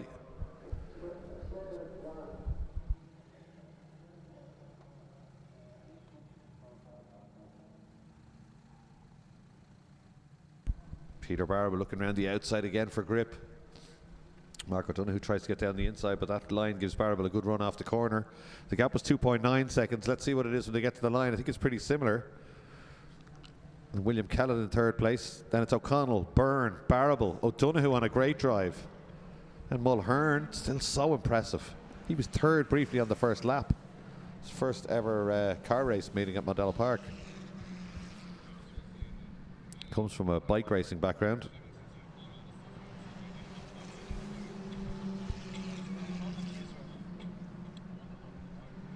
Just watching lap times as they go through. The exact same time for the first 2. William Kellett with fastest lap, 2/10 quicker than the cars in front, but he's 1.8 seconds back from McGovern. So the gap at 3 seconds now. It's not. It's pretty static. I think that must have been just some sort of an issue for Dave Maguire in the previous lap, because he's right back onto the pace again as Peter Barable gets alongside Byrne. He's on the inside. Should be a relatively straightforward manoeuvre, and indeed it is. You can sit around the outside there and is taking the dry, but maybe not so much in the wet. Back could let go, and by the time you cut it, you'd be in the gravel trap. Mark O'Donoghue now fancying his chances. He closes down James Byrne.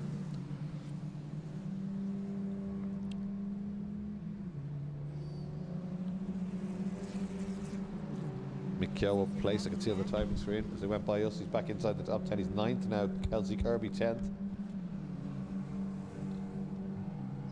O'Donoghue moving around behind that car of James Byrne. And Mick Keogh, Kelsey Kirby and Eduardo Gonzaga absolutely together going up the hill. Mark Daly next up with Phil Lawless closing him down. Another man on a charge.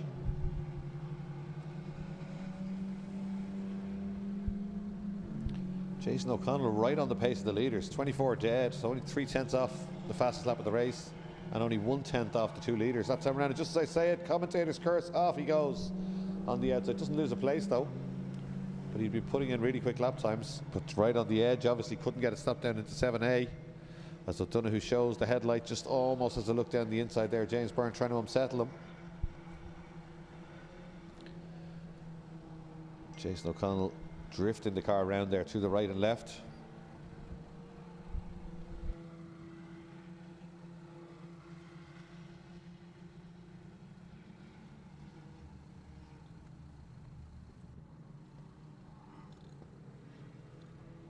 So 29 seconds to go. We will have another lap though, because Dave Maguire is going to start his final lap now at 24 seconds on the clock.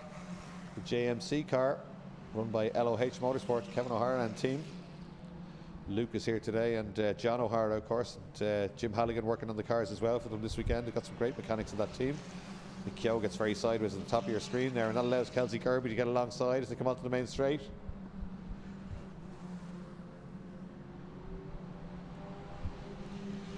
He just hangs on to that one though as they cross the line. It's battle for 9th and 10th.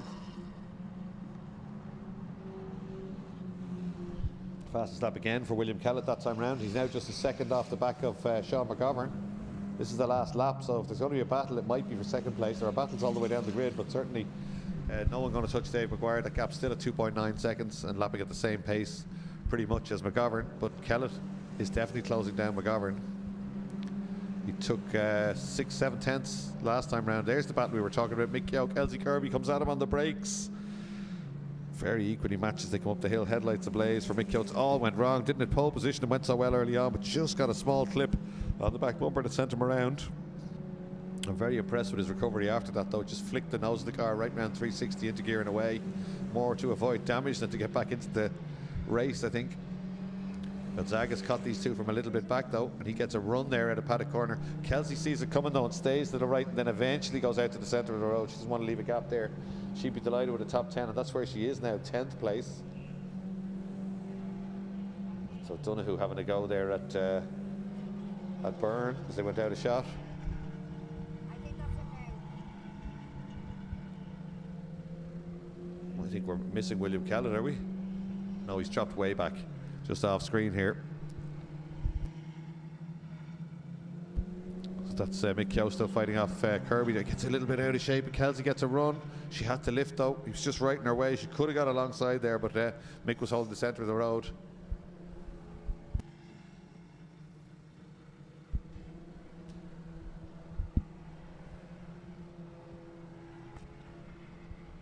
So they're still out on the international loop, raging away that battle for 10th place. Here's Dave McGuire right out over the curbs. He's led this one from the off.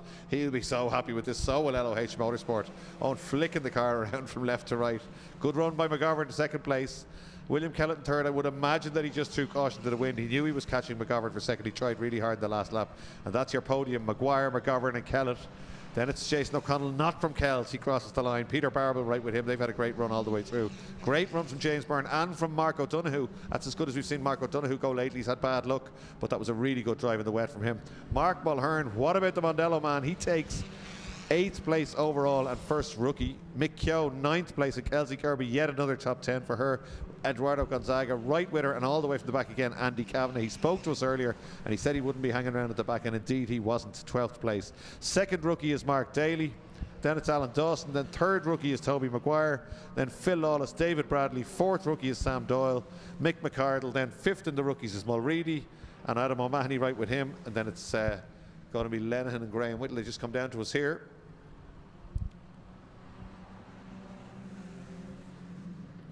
Yeah, Adam O'Mahony crosses the line there. Sixth in the rookies, then Keith Lenihan right with him. And it's going to be Liv Corcoran, I think.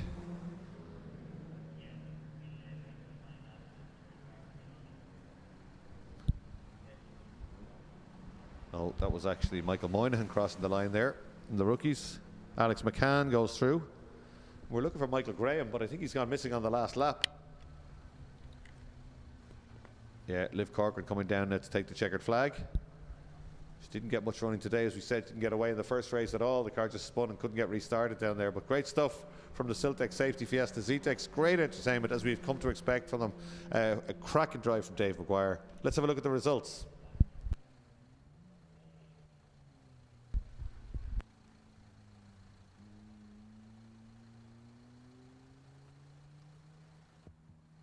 So there we go with the results. Siltec Safety Fiesta Championship Race 2. Dave McGuire takes the wins. Sean McGovern in second. William Kellett a charging drive to third place. And then it's Jason O'Connell, last year's rookie champion, at fourth. Peter Barable, a good run to fifth, but he won't be happy about that one, Peter Barable. He wanted to get a big haul of points this weekend. Then James Byrne, great to see James back at the front again. And Mark O'Donoghue, a great run. Mark Mulhern, incredible stuff from him today for the Mondello Park team building car. Rookie win, slagging rights in the canteen tomorrow morning, and a top 10 finish. Then Michael Keogh recovering back to 9th place after that spin early on, and Kelsey Kirby yet again a top 10 finish for her. Then it's Eduardo Gonzaga and Andy Kavanagh, two good recovery drives from those guys today. Then Mark Daly, Alan Dawson, Toby Maguire, Phil Lawless, David Bradley, Sam Doyle, Mick McCardle, Aidan Mulready, then Adam O'Mahony, Keith Lenihan, Michael Moynihan, Alex McCann, Liv Corcoran, And I think we lost Michael Graham on the last lap somewhere.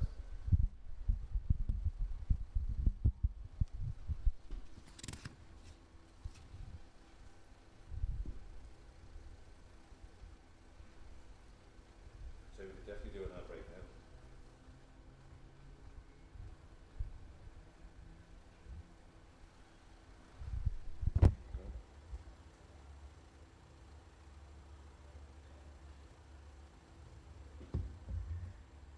Perfect.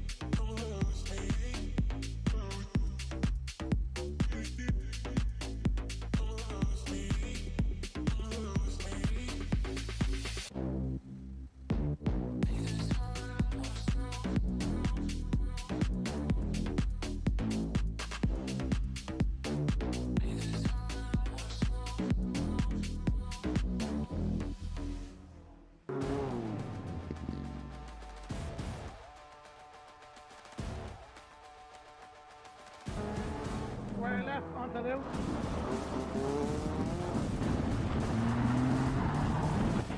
Yeah, that's good. Good drive. Keep going. Keep going, keep going, keep going. Rev it up, rev it up. Go, there. Go, go, go. One right, immediately followed by a 5 right. Keep it in, keep it in, keep it in. Come on, keep on, keep on, keep on.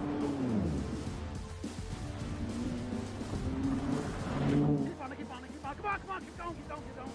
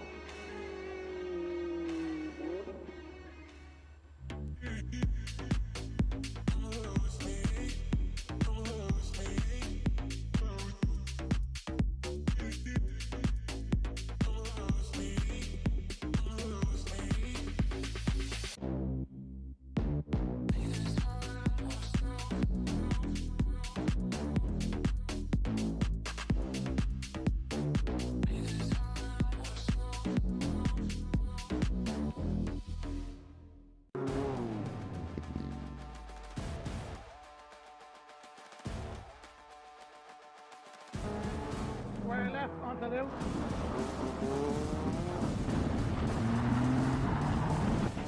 Yeah, that's good. Good driving. Keep going. Keep going, keep going, keep going. Rev it up, rev it up. Georgia, go, go, go. One right, immediately followed by a 5 right. Keep it in, keep it in, keep it in. Come on, keep on, keep on, keep on. Keep on, keep on, keep on. Come on, come on, keep going, keep going, keep going.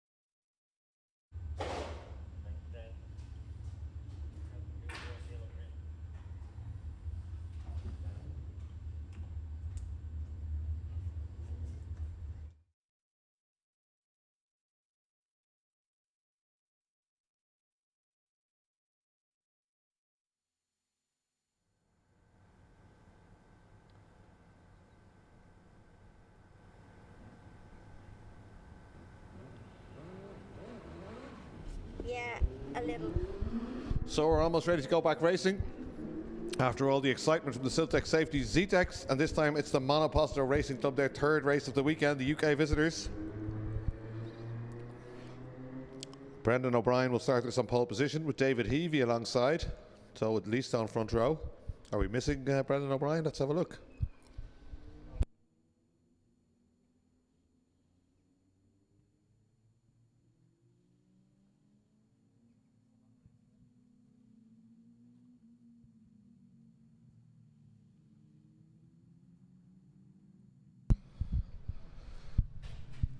We just had a look out the window there, and certainly one of the lead stones is still in the awning. Or have they got 3 cars here? Maybe they have. They could. They are both out there. Okay. Well, Brendan O'Brien will start from pole position. David Heavey alongside. Both of them are present. We didn't see him in the shot when they came out the pit lane, so all good. Jason Timms, Martin Wright, Terry Clark, Richard Biles, and Nick Cantanzaro. And that's your order. Small grid, but they did give us great entertainment last time round. And remember, Jason Timms led relatively comfortably, despite the best efforts of O'Brien early on the last time. But then when the rain came, Tim's car looked like a real handful, and the local knowledge showed the 2 Irish drivers took the lead and drove away. But it's slightly drier now. Still a lot of wet patches out there. You can see them on the track as the 2 Vauxhall Lotus cars go through.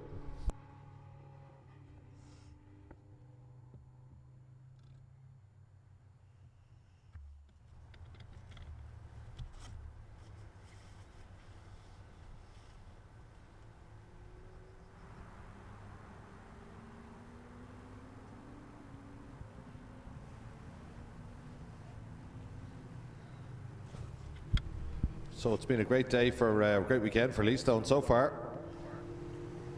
Let's see if they can do the double. They did a 1-2 in the last race. David Heavey coming all the way from the pit lane to take the win. He doesn't have to do work quite so hard this time because he's going to start from the front row of the grid alongside Brendan O'Brien. I think they're starting on a staggered grid. They did yesterday. The Monoposto class, that's what they did in the UK. That's 1 car per row of the grid. So O'Brien and David Heavey. First up then Jason Timms and Martin Wright. They're coming through Nordic Spirit corner. They'll just be checking the track out, trying to see where it's wet and where it's dry. It looks quite damp, doesn't it, in places, even on the screen. You can see it there on the way up the hill towards the final corner, Southside Motor Factors.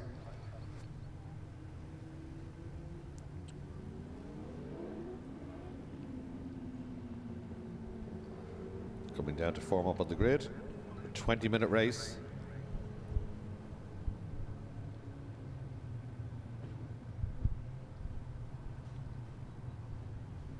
Brendan O'Brien, you wouldn't miss that car. Lurid orange colours on row 1. Row 2 is David Heavey, second on the grid, but as we said, they've 1 car per row for Monopostos. Great to have these guys over here for the weekend. Giving us really good entertainment so far. Dave Heavey looks like he's angled the car slightly to the right. I assume that's in case he gets the jump on Brendan O'Brien. Should be good to go. Watch the red lights on the M-Town Bridge. They're on. They're out and away we go. Equal starts to the Lee Stones, and they're on wet tyres, I can see. In fact, everybody there on wet tyres, what I can make out. I thought somebody would have chanced to pet a set of slicks, but it doesn't look like it. Dave Heavey has a look around the outside. He got a lot of what looked like axle tramp off the line when he lit up the rear tyres there, but he sat around the outside of Brendan O'Brien. Oh, the 2 Lee Stones wheel to wheel. No team orders there through Campion Corner. And O'Brien's managed to sit around the outside of Campion Corner and make that move stick down into turn 3. So Heavey back to second place. O'Brien leads it. Good looking cars, these Lee Stones. Watch out for Jason Timms. He looks a little bit more comfortable this time round, but he was on slicks. They were all on slicks and it went wet last time round, but certainly I think every car that went away was on slicks. There's a dry line there. It's a 20-minute race. I'm no race engineer, but I thought a set of slicks might have been what you choose there. You might struggle in the early lap or two. Surely these guys will chunk the wets before the end of this one. First 3 easing away now already. Oh, Brian and Heavey all right out to the curb there on the outside of the circuit, trying really hard in the early laps.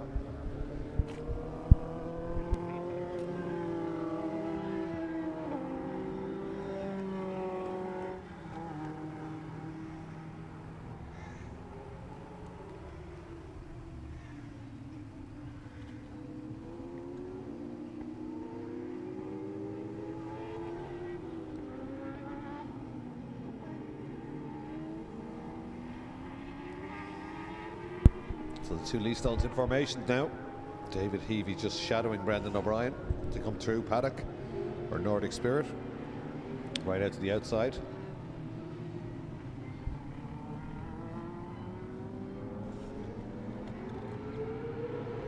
Just easing away a little bit from Jason Timms. They said they do look fantastic, these Lee Stones, as they flash by the start finish line, but Timms not letting them get away too much. And he's a lot quicker in a straight line. He's 5 kilometers an hour quicker. He's more actually. He's 10 kilometers an hour quicker than Heavey and 5 kilometers an hour quicker than Brendan O'Brien across the start finish line. Terry Clark next up from Martin Wright. Richard Biles. And Nick Cantanzaro. That beautiful Mark 1, for want of a better description, Formula Vauxhall Lotus. O'Brien's opened a little bit of a gap. Tim certainly looks more composed in this one, and he's just holding a watching brief behind the 2 Lee Stones.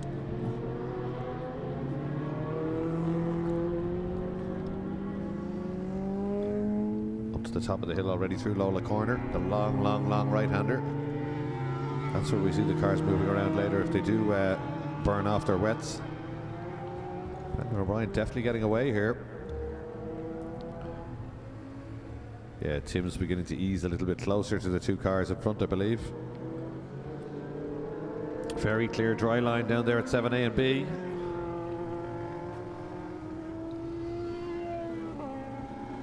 Two Bahrain's Benz, the right and the left. 2 Lee Stones, then the F3 Delara. Oh, Brendan O'Brien gets way out of shape at the apex. Car just pivots beautifully, but he has to put a little bit of opposite lock on. Heavey doesn't get any closer as a result. It didn't cost him any speed though. as they head up towards Southside Motor Factories. First three absolutely together now as they come out onto the main straight. The Leastones get a good exit. That'll probably save them because we know that F3 car's a little bit quicker in a straight line. Here it comes charging up to the back of David Heavey. Heavey's confident though, goes right out to take a full racing line. Late on the brakes and closes down Brendan O'Brien.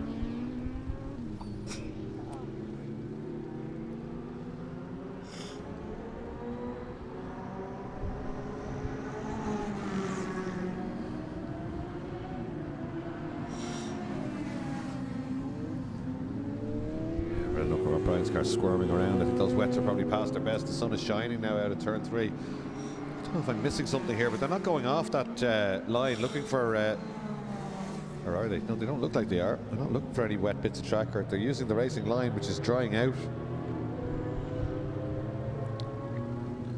There's your weather conditions on the right hand side. Temperatures and track temperatures and humidity and everything. So great stuff. We did say that's where we'd see them moving around. They put a lot of pressure on the tyres. The F3 car is clearly quicker through Lola Corner. Now Dave Heavey goes offline and kicks up a lot of water. That won't do his tyres any harm, but Tim's down the outside of the brakes looking to switch back, but it's very hard to do that without making contact at 7B. See it with saloon cars quite a lot. So I think Tim's could be worth a punt here. Certainly looks a lot more composed than he did in race 1.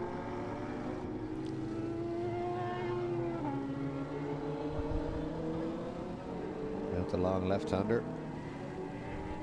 Brendan O'Brien more composed through there than he was the last time. Doesn't get that big opposite lock slide that he had as they come to Paddock Corner now. For Nordic Spirit, 1, 2, 3 still together. 14 minutes to go.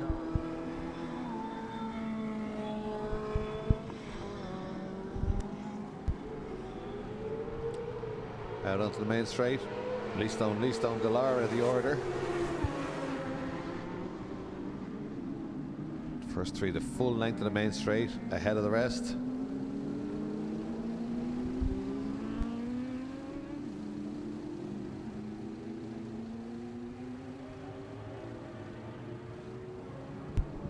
Brendan O'Brien beginning to get away.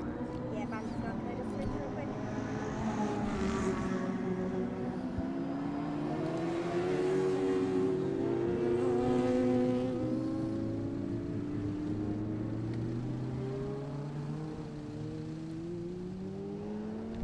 Down into Bridgestone now. Heavey right into the inside, getting on the power as early as he can.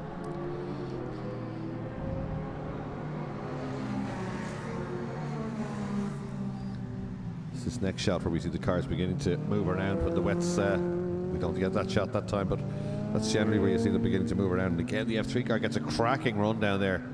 Heavey doesn't go defensive though, leaves the door wide open, and slicing down the inside is Jason Timms.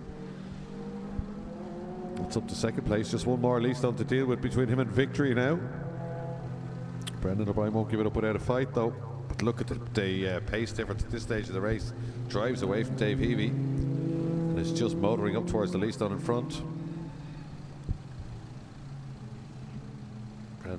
Brendan O'Brien gets it turned in beautifully and comes to a late apex there to get a good run on the way out.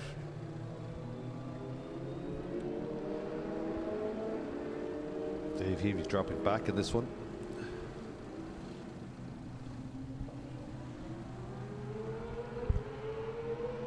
Fastest lap is to Timms.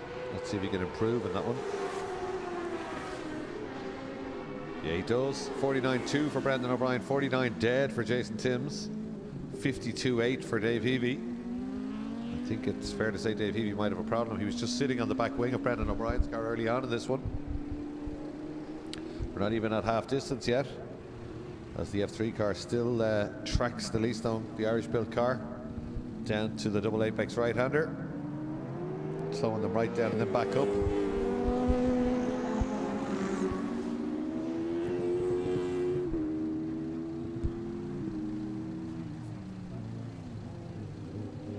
It's the two Formula Vauxhalls, I think, the two classic cars. That's for a class win there, battling Richard Biles and Nick Catanzaro. Two Formula Opals, the newer shape model leading the older shape model. Two very good looking racing cars. A lot of people talking about those cars in the paddock, bringing back memories, as we said earlier. 76 and 19, and Catanzaro has found a lot of pace. He obviously had a problem with the car that he's tracked. He's 7/10ths quicker that time round than Biles. He's closing him down. So the second car here, the older shaped machine.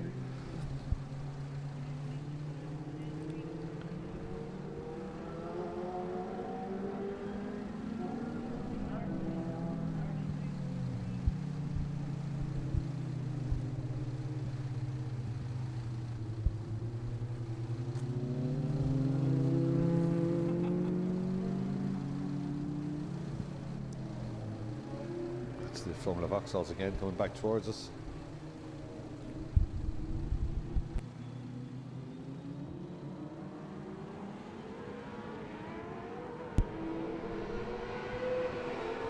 There's Brendan O'Brien, and that gap has definitely closed down. Fastest lap again to Jason Timms. The gap down to 0.6 of a second when they went across the line.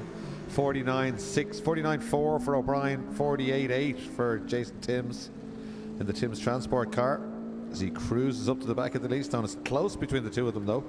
He's been a little bit more than that distance behind, not much in it. And O'Brien pushing very hard, the head tucked down, leaning forward in the cockpit there. He'd love a win here today. He led the last race briefly before the charging Dave Heavey came all the way from the back and relieved him of the lead. But he's driving nicely here, kicking the tail out just a little bit. 10 minutes to go now, half distance.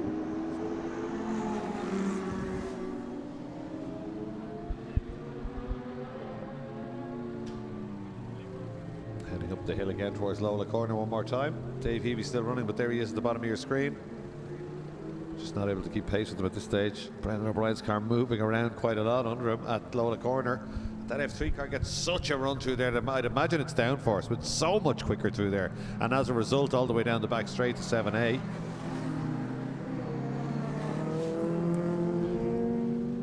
We've gone back to the classic battle there again of Biles and Candanzaro, which has opened up quite a lot in terms of the final lap. Oh, we missed it. Change for the lead, and it looks like a problem for the leader there. So I'm not sure what happened, but Jason Timms is leading now. And Brendan O'Brien, I think, has stopped. Going very slowly. Big cloud of smoke. Looked like an engine failure. That's such a shame. He was pushing very, very hard to stay ahead. Here comes Heavey now. White flag being waved as O'Brien tries to make it back to the pits. Dave Heavey goes through into second place. Terry Clark will inherit third place. So out in front now, Jason Timms. New fastest lap again, 48.823. Full length of the straight he has on Dave Heavey now. So great performance from Jason Timms. Through Campion Corner, up through the gears and heading down towards turn 3. 8 minutes and 30 seconds still to run.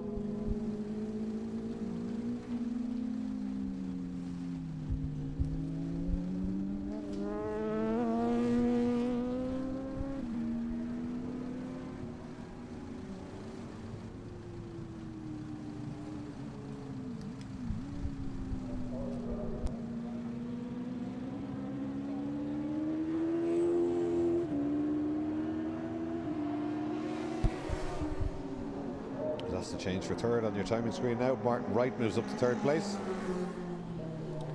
Terry Clark up to fourth place. 5 seconds the gap between those two.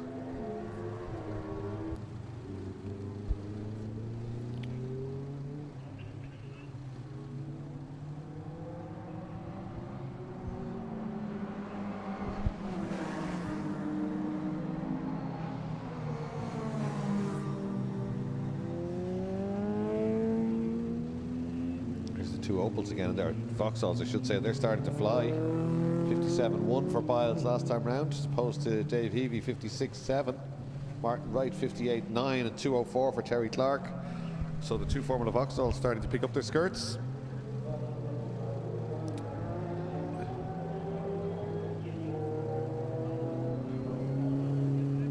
David Timms up at the final corner. 7 minutes to run.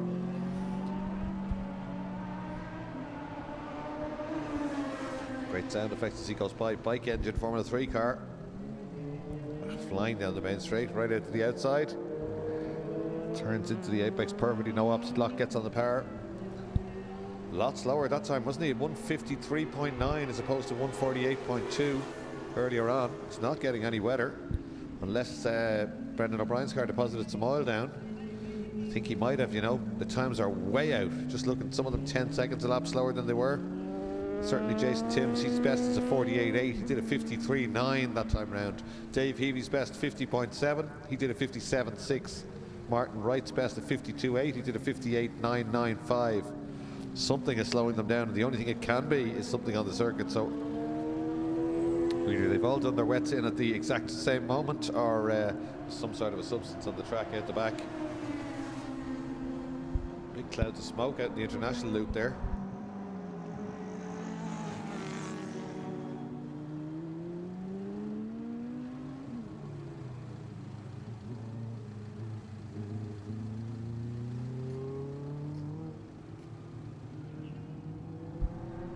There we go. Yeah, we did see some smoke. That's extinguisher smoke. I think that's Brendan O'Brien's car.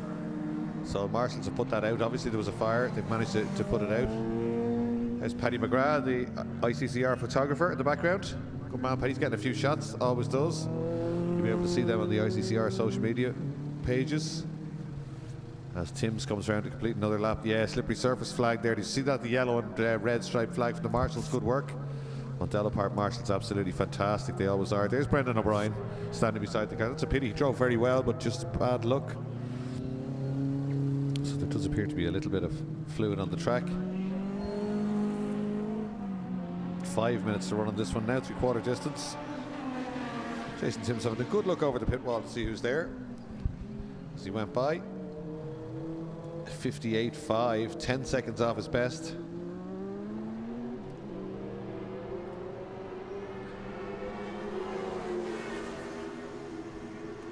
Dave Heavy 57.061, but 7 seconds off his best, but it's a second and a half faster than the leader. Gap was 17 seconds a couple of laps ago. It's 15 now. It's the leader down to turn 3.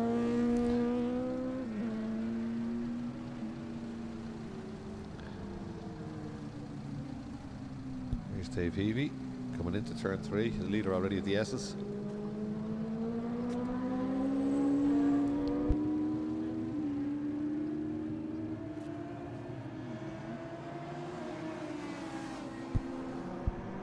He was just chucking the car in, having a little bit of fun.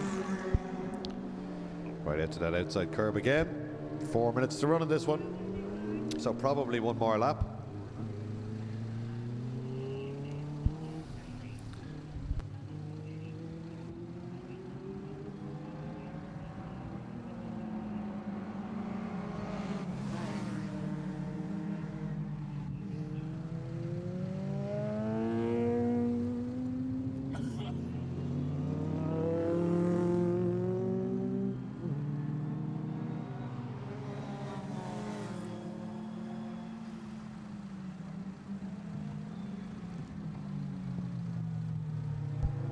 Dave Heavy now to the closing stage of this race. 3 minutes and 19 seconds still to go. He did take a big chunk out of the leader. Let's see what happens. Timms with that unusual line that he's used all weekend, but to great effect. He comes up in the centre of the road, turns in very early into the final corner. Doesn't slow him down though. Driving very well. Crossing the line again. 58.717 that time. Let's see what Heavy does. I think it'll probably be something similar.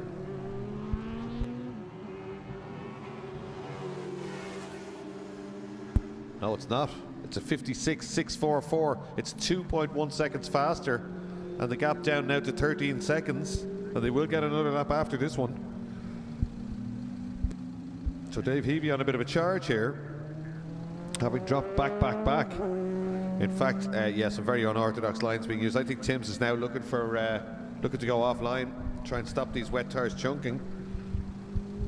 Chunking is when you overheat them. Wet tires are very, very soft, work really well obviously in wet conditions, but if you drive them in dry conditions and temperatures go up, they tend to start dropping chunks of rubber off them. They really burn off very quickly.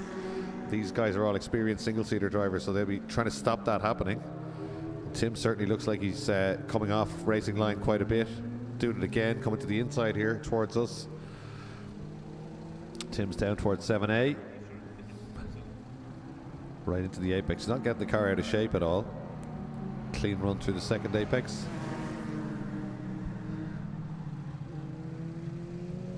Here's Dave Heavy. Same thing, right into the apex, not getting sideways at all. Very little damp left on the track at all at this stage.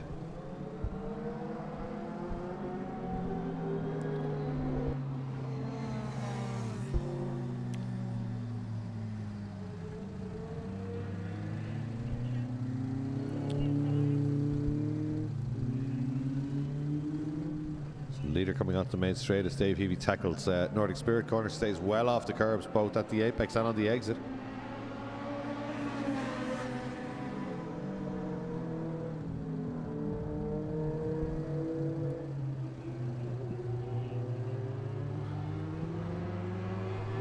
Watch the laps they go by. 58.8 for the leader, 57.6 for Dave Heavey. Gap down to 12.001 seconds now. But this is the final lap, so probably not really relevant. He's not going to make up 12 seconds in a lap. Mind you, other people have hit trouble. Let's wait and see. But Tim's driving really well in this one, it's got to be said. That's Wright and Clark now coming up to the final corner. Martin Wright and Terry Clark, two different classes, M1400 and M2000 respectively.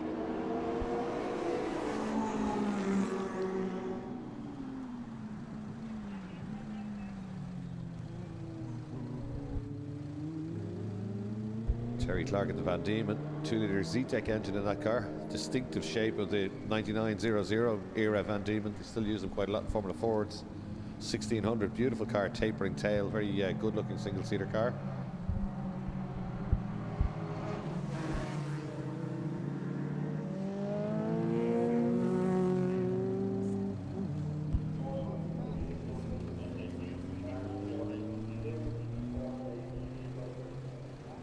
Time is now at 0, waiting for the leader out on the international loop. Still a good battle for what's going to be third place, or final step on the overall podium.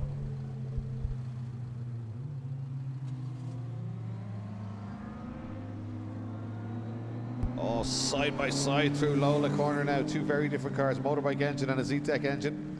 The Zetec engine car doesn't quite get by, but that was a good run. Down they go on the brakes of the 7A and B. They're both very late in the brakes, carrying as much speed as they can through. There's the leader, and there's the winner. Jason Timms, great performance from him. Third place early on, and managed to get by the Leastones, come down for a win. And David Heavey's next up. Good run from him, and another good weekend for Leastone Racing.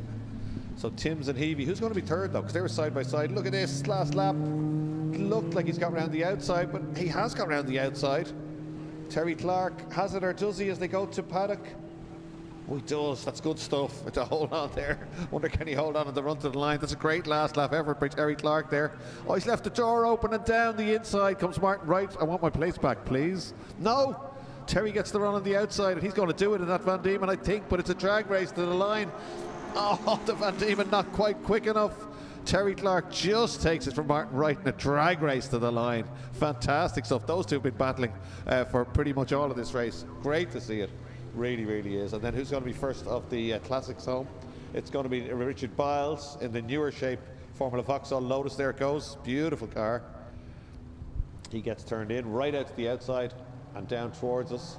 And we can only assume that Catanzaro had a bit of a problem, because they were running absolutely together early on in this race, and they did do some very quick lap times mid-race, but Catanzaro slowing down a lot on the last lap, and that's dropped him right back. He is still running, and he will get to the checkered flag shortly. There's Brendan O'Brien. Such a shame. He's driven really well this weekend, but it looked like an engine failure on the way back up off the international loop, and then a subsequent little bit of fire, which the Martins have controlled beautifully. Thank you very much to them for their great work all weekend here at Mondello Park as ever. There's Catanzaro coming to the line. Obviously some sort of a problem with that car, but he was going very well early on. So great stuff from the Monoposto Racing Club. Great to have them here at Mondello Park, and let's hope they will come back and visit us again as the Vauxhall Lotus car blasts across the line to complete the order. So there you go. Jason Timms takes the win. Great drive from David Heavey, and Terry Clark just about pips Martin Wright to the line. Richard Biles, Nick Catanzaro and Brendan O'Brien unfortunately not making it, pulling in 6 laps from the end. So great stuff, and we will be back on track with saloons again in a few minutes time. The Alloy Repair Centre Fiesta ST Championship.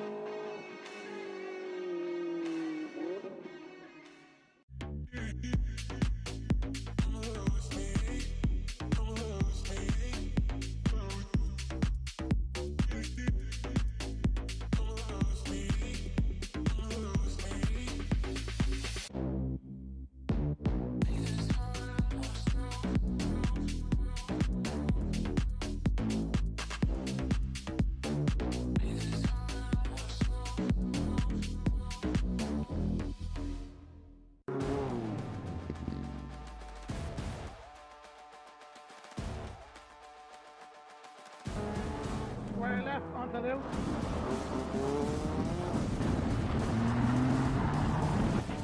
Yeah, that's good. Good drive. Keep going. Keep going, keep going, keep going. Rev it up, rev it up. George, go, go, go. One right, immediately followed by a 5 right. Keep it left, keep it left, keep it left. Come on, keep on, keep on, keep on. Keep on, keep on, keep on, come on, come on, keep going, keep going, keep going.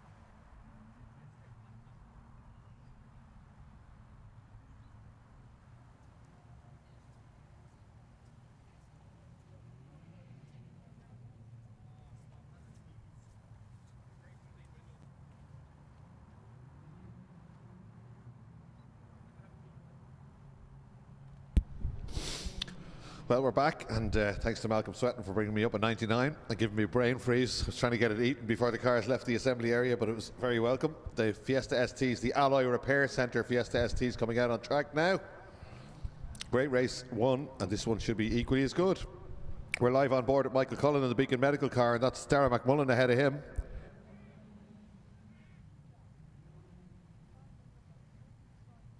Reverse grid, of course, so Cian O'Brien will be on pole position. We'll have a look at the grid in a minute.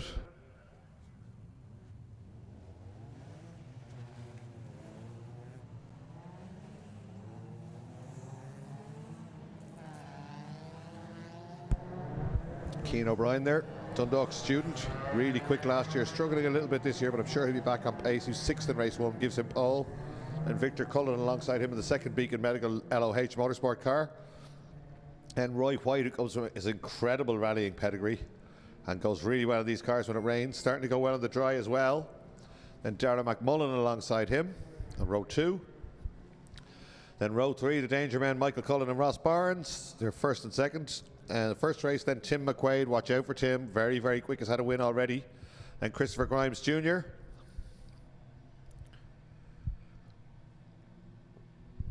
And John Elliff, the former Carter, still trying to dial in that new car of his. Wayne Laverick, Charlie McKillen, the newcomer, went well in his first race. Marcus Hayes, son of John Hayes, who raced here for many, many years with huge success. He's in the John Hayes Motors car.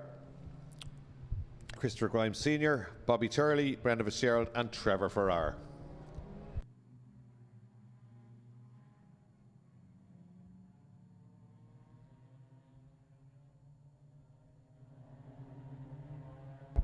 We're riding on board with Michael Cullen now. Great shots as he heads up towards Lola Corner.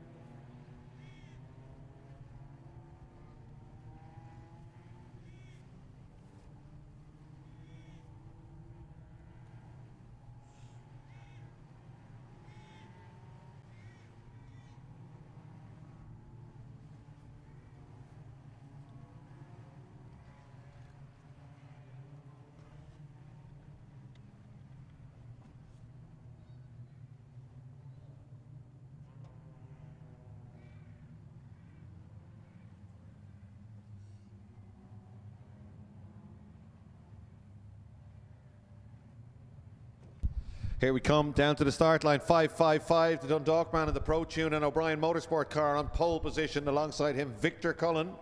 Victor comes off the back of a recent historic touring car victory at Brands Hatch, and he's working for MG, I believe, MG Motors, next weekend at Goodwood, driving some VIP guests up the hill. So a busy young man, getting plenty of seat time. He'll surely fancy his chance. And he's angled the car again, as he did in the Strikers yesterday, across the bows of the car in front. We're on board with his dad, looking over the shoulder of Michael Cullen. Second row of the grid, that's Roy White in front. Fitzgerald right at the back, watch out for him, the yellow and black car. Self and Turley came together in race 1. They're both at the back as a result. And away they go. Nobody making any run. The first 4 absolutely together. Elliff with a good run there. And Turley as well with a great run off the back of the grid. Here comes Cullen now. We're on board with him down the outside, down to second gear.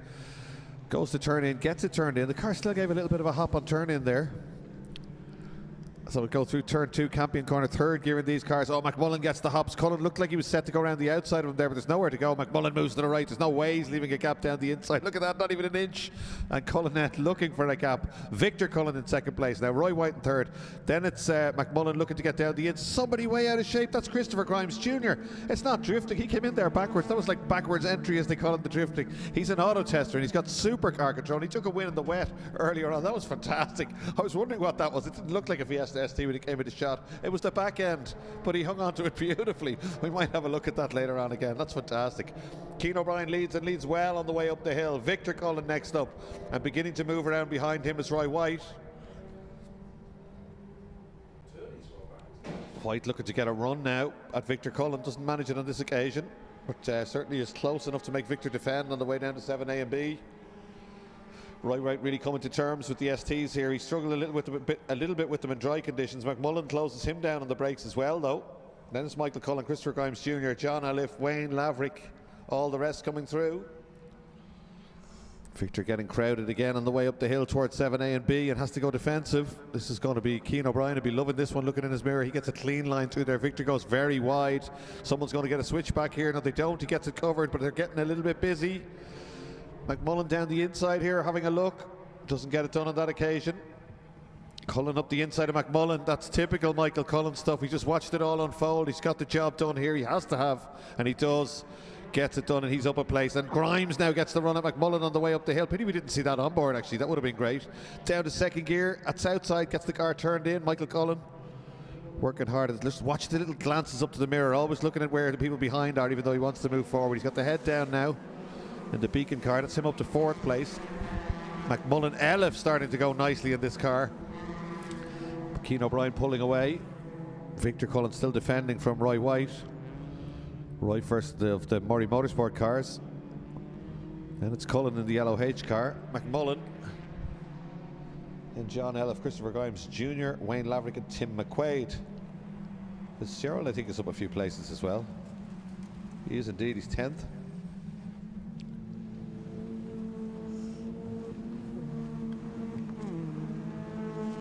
So they've got away. Victor Cullen's got away from Roy White, so that'll give him a bit of a chance to get the head down, see if he can close the gap to Keane O'Brien. Michael Cullen trying to haul them all in. McMullen trying to get by him. Slight gap back to Aliff, Grimes Jr., Laverick, McQuaid, Fitzgerald, Turley and Hayes.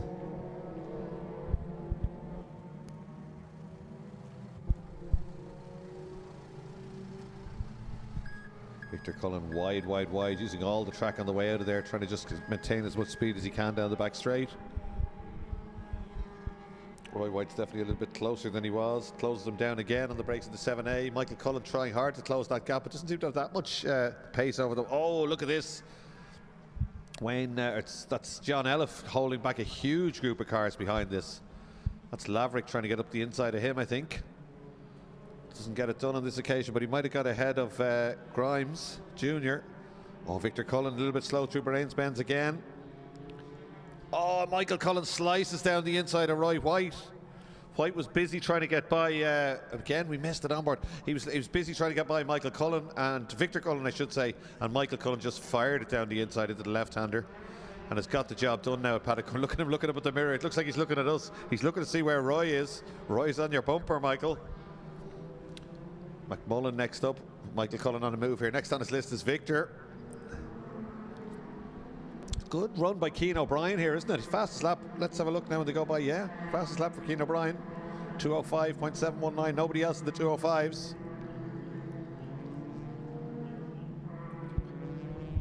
Just in comparison purposes, a 5.7, a 6.6 for Victor, a 6 dead for Michael Cullen, 7.5 for Roy White, 6.4 for Darren McMullen. So Keane O'Brien easing away out front. He'd be delighted with this. He's had a couple of bad runs, and we know how quick he is. Down into turn 3, and McMullen closing down Roy White on the brakes.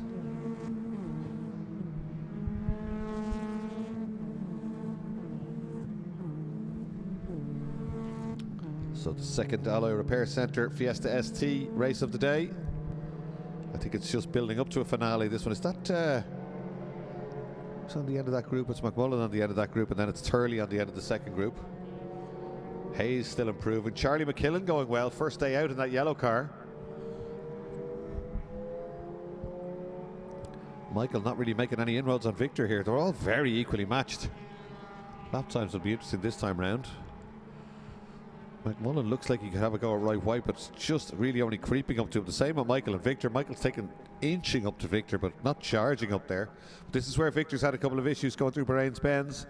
Michael might be able to get up to him here. Victor just went in a bit hot the last lap, and that made him a bit wide for the second bit. He's more circumspect this time.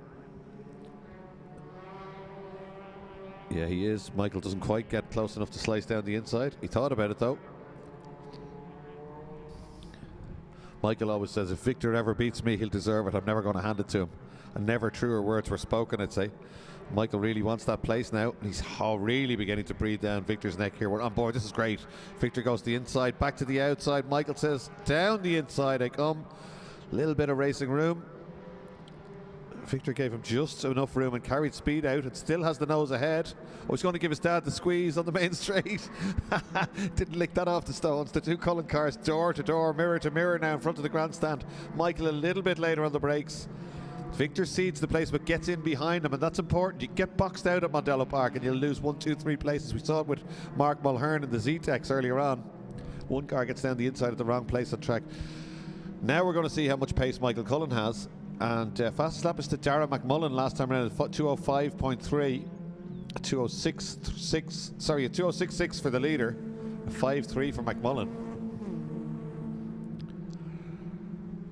So Michael Cullen now inching away. His next lap time should be worth watching. Oh, it's getting that hops again. That car's definitely unsettled as he comes into the S's, bouncing around, lifted an inside wheel. It doesn't seem to bother him. It's not like he has to lift out of it, but it just looks different to the other cars out there. Elf under pressure there from Laverick, Grimes, Fitzgerald and Turley. Hayes still hanging on, as indeed is McKillen.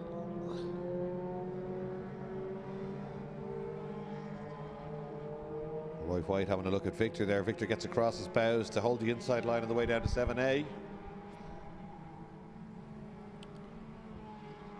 Roy White late in the brakes, gets alongside, but on the outside, that's no good. Leave the door open for McMullen if he gets that wrong. McMullen gets a run at both of them now on the way up the hill. She won't get around the outside of the first bit of Bahrain's bends. So that's Victor Cullen, Roy White and Darragh McMullen. Yeah, Michael Cullen definitely inching up to Cian O'Brien. I suspect this will be fastest lap for Michael Cullen when they cross the line. Through Nordic Spirit corner and up towards Southside Motor Factors corner. 6 minutes 45 seconds to go on this one. Yeah, O'Brien's gone a bit defensive a bit early there. Michael Cullen wasn't close enough to have a go, but it's Michael Cullen. So just to make sure, Cian had the inside road there. We're on board now, third gear. No difference in any of these cars in a straight line. They get really stiff scrutiny. Everything checked on the cars. Fourth gear now as they head down the main straight.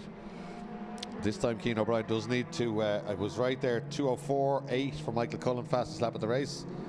Now Cian O'Brien does have to defend, as Victor Cullen is doing pretty well behind. No sign of Roy White getting alongside him. Michael Cullen, through Campion corner, is right with Cian O'Brien. We're on board with him again. Pulls fourth gear briefly, goes to the inside, back to the outside, down to third.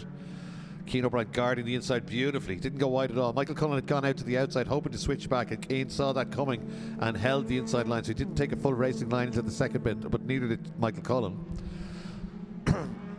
So great stuff as they come down into the S's. Again, centre of the road for Cian O'Brien. He's won the Kyrgyzstan Mini Championship, so he's not going to get rattled too easily, Cian. Right out to the outside. Michael Cullen right with him. Cullen gets a great run now on the way up the hill, and again Cian O'Brien says, no, I don't think so, Michael. Holds the inside line. Michael has another go down the inside. O'Brien happy to sit round the outside, and Cullen gets that hop again. Nothing in it as they come around through Lola corner. Third gear into fourth gear now, and up to pretty quick speeds on the back straight, heading for 7A and B. Michael goes to the inside just to show a headlight and make Cian defend. That's what happens. Victor's catching them and bringing a train with them. It's going to be 1, 2, 3, 4, 5 cars for the lead shortly. That's probably what Cian O'Brien wants, if he could back Michael up into Victor. Victor having to go slightly defensive there on the way to Bahrain's bends. Here they come. All pretty much together in this one. We've still got 5 minutes to run.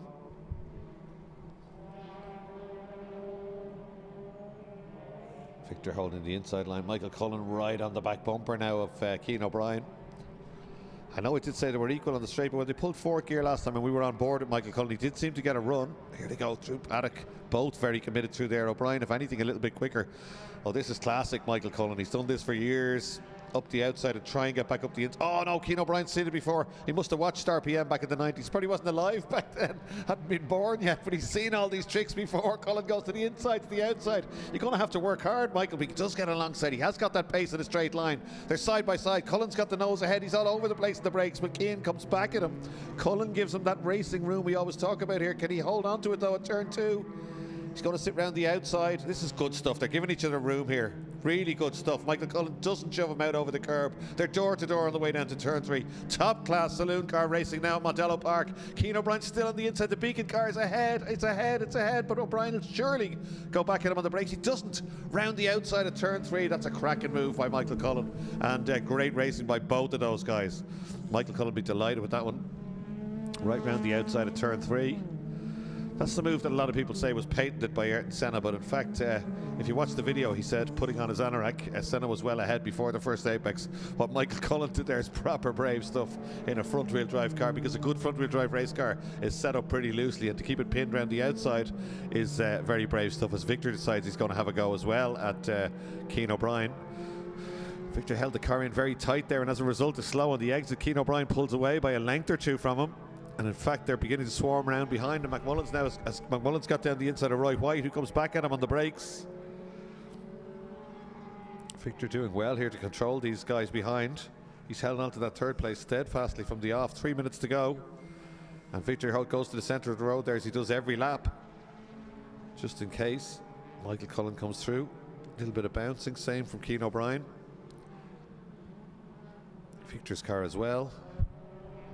Oh, down the inside. Contact there with the quarter panel of Victor's car. Victor keeps the shoe in it though. In fairness, I think McMullen backed out of that one after the initial contact was made.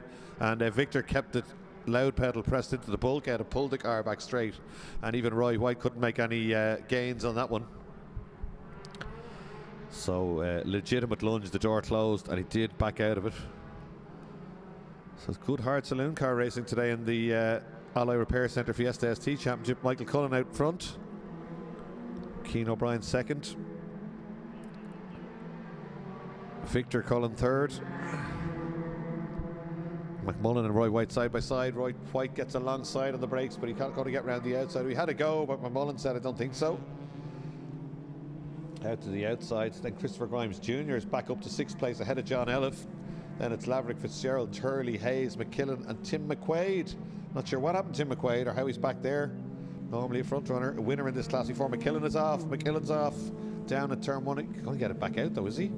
Good work if he does. It's very easy to get bogged down in these because those gravel tops get raked the week before the event, just to make sure the sand does its job at the gravel and catches the cars if they go off. 1 minute 28 to go. Victor Cullen's doing well here, isn't he? He's held that third place back. He's been attacked by everybody, but doing nicely. That's a good battle as well. That's Christopher Grimes Jr. at the head of that battle with Elliff, Laverick, Fitzgerald and Turley. And Hayes isn't too far from it either.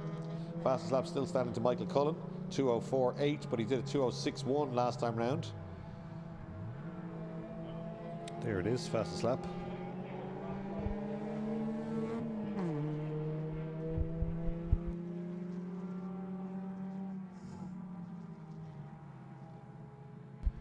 Cullen easing away now out front. He was 1.09 seconds to the good last time round. It's a lot more now. Car's still hopping around though. But as we said earlier, it's not slowing him down.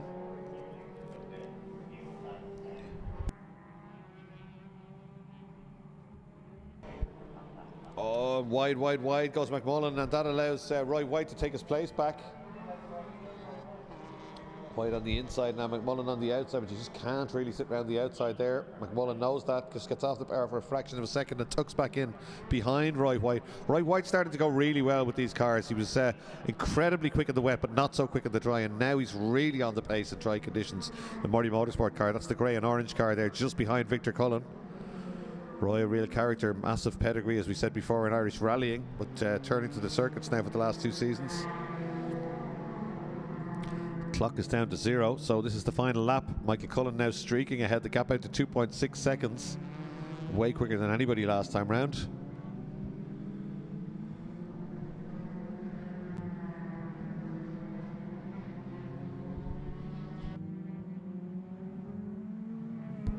Roy White now with nobody behind to worry about, because McMullen's dropped back a little bit, is having a go at Victor on the final lap. This is for the final step of the podium, remember. So Michael Cullen disappearing down the road. Great job by Cian O'Brien. Good to see him back on form. Then Victor Cullen and Roy White going for it. The yellow H car just ahead of the Murray Motorsport car on the final lap. Out of Bridgestone corner and on the way up the hill. Grimes has made a break from that group behind the red car. That's John Elliff and then Brendan Fitzgerald.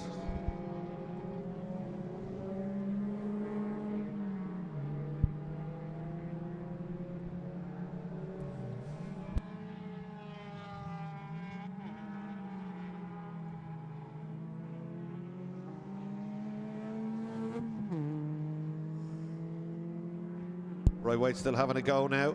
Right in over the curves. Victor Cullen hasn't cracked at all. He's been very calm, very composed in this one. Michael Cullen through the left and right, inch perfect as you'd expect. Victor a little bit wider, but he was defending at the first bit of that one, but still carries enough speed through that Roy can't have a go. He turns in a little bit early again. He's got it covered from all angles. He's getting closer to Cian O'Brien as well, I feel. He was 4 or 5 tenths quicker last time round, but he's too busy defending from Roy White. This is it. Nordic Spirit corner for the last time for Michael Cullen. Southside Motor Factories corner for the last time for Michael Cullen. A few spots of rain arriving on the winner. We're on board now. This is what it's like to win a race at Mondello Park for the Beacon Hospital and LOH Motorsport. There's the pit crew. They're delighted with that one. There's the checkered flag. Michael Cullen takes the win. That's good work from him. From row 3 of the grid. Job done. Michael Cullen gets the job done. Cian O'Brien a great run to second place. Victor Cullen third. Roy White fourth. All the rest coming through. But that's absolutely fantastic stuff. The media guys getting some photos there. That's Mark Quinlivan as the cars come down to take the checkered flag. And we've got a few more Fiesta STs due out.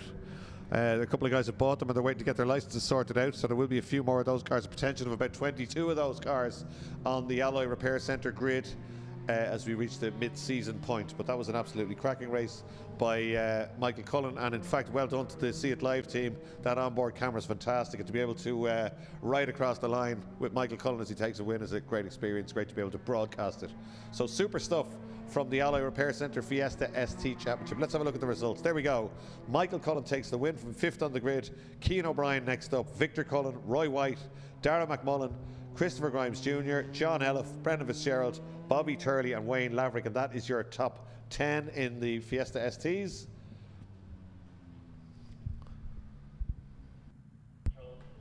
Then it's Marcus Hayes, Tim McQuaid, Christopher Grimes Sr. and Charlie McKillen. But great stuff. We will be back in a few minutes' time with the Say It Super Cups and the Precision Graphics ITCC cars.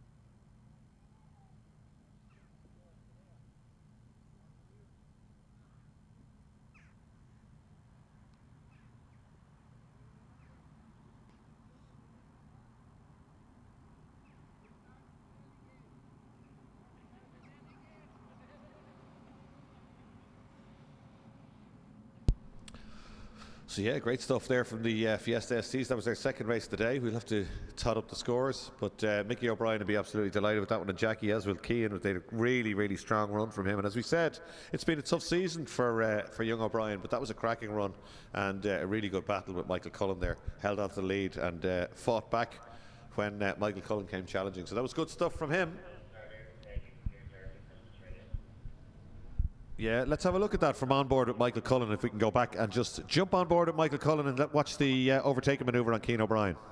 Here we are, we're coming up to Southside corner with Michael Cullen now. O'Brien holds the inside of the Pro Tune car, Cullen down the outside, second gear, gets it turned in. O'Brien not having any of it, but O'Brien crucially scrubs off a little bit of speed there. Michael Cullen quicker, goes to the right as he grabs third. O'Brien closes the door, but Cullen still using that momentum and gets alongside, pulls fourth gear, gets ahead. Now we're ahead, down to third, down to second. Look at Cullen looking right, looking right. Cian O'Brien's still there. He's on the right-hand side. We don't get to an apex. Cian O'Brien is still there. Cian O'Brien still in front on the outside of Campion corner. Third gear. This is crucially where Michael Cullen gives him racing room. He leaves the width of one Fiesta on the curb, and that's where Cian is. That's fantastic stuff. Now we're on the outside, still going side by side, and that's when Michael Cullen made the move. So fantastic coverage there. Really good to be able to jump back on board and look at that. And I think we've got an onboard camera in this one as well, as the Say It Super Cups come out onto track along with the ITCC.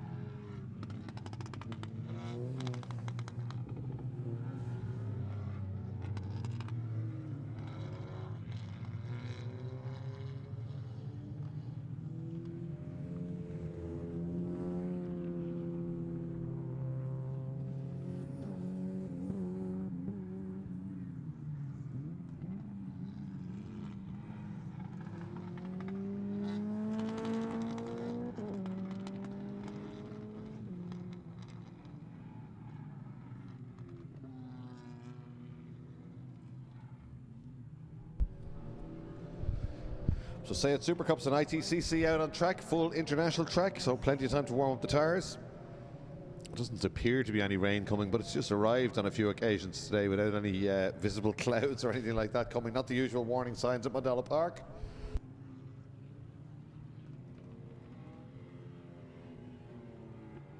So Paul O'Brien will start this one on pole position. They've had terrible trouble with that car. Let's hope they got it back running properly.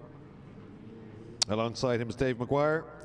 Then Adrian McNally, Brian Berry, Paul Parr, Barry English, Max Turley, Eddie Peterson and Stephen Wright, two danger men at the back. Max Turley, who dominated the first race despite having a small ECU, small power ECU, and Stephen Wright, who was incredibly quick before eventually sliding off when three of them tried to outbreak each other down into 7A, but he was very, very quick, Stephen Wright, as he has been on the last few outings in Say It Super Cup, former rally man. So here they come down to the grid. 27 is Paul O'Brien in the DOB Sports Cars. That's Dave O'Brien's company, specialising in Porsche servicing in Ballymount in County Dublin, just off the M50. A young but very successful business. Also prepares racing cars, and he's got two cars on the front two rows here. Paul O'Brien on pole position. They have had trouble with that car, but they were working hard. I know they had the head off it and were trying to get it back running last night. They managed to do that. Let's hope it's in full health. The Jerry Maguire and Sons car of Dave Maguire on the outside of the front row, massively experienced. Former Carter, former Fiat Uno Cup racer. He's raced many different saloons over the years. Dave O'Brien, always very quick and very wily.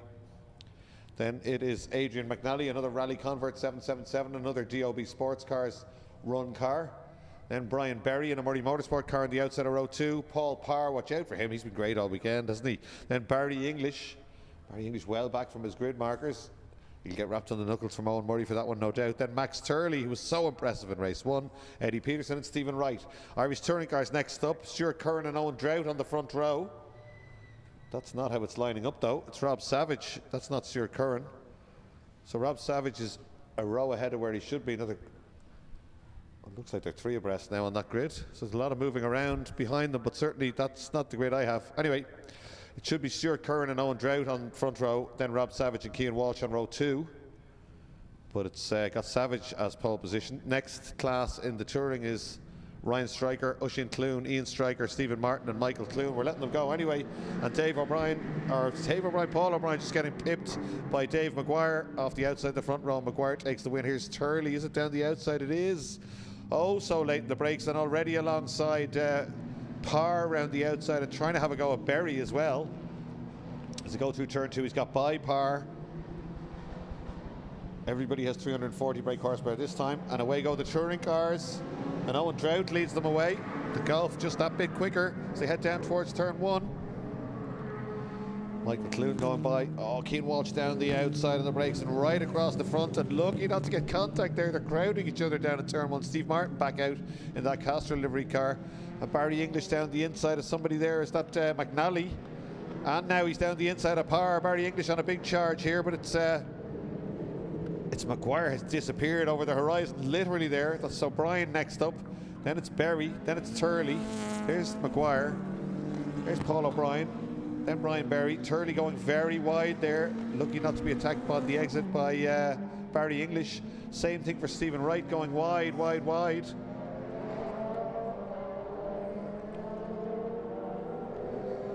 So the Zetecs come streaming through 7A and B.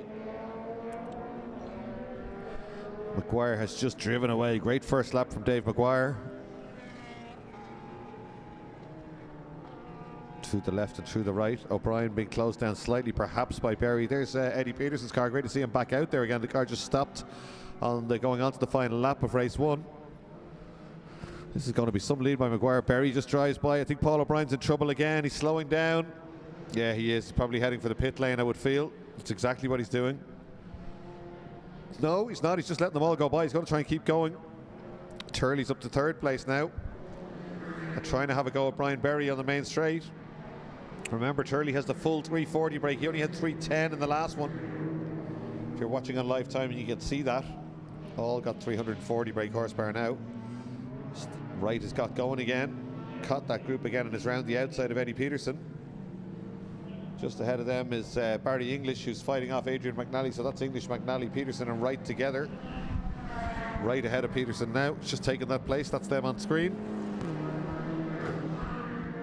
Dave Maguire's gap at the end of lap 1, 4.005 seconds. That's impressive stuff in a Zetecs Supercup race.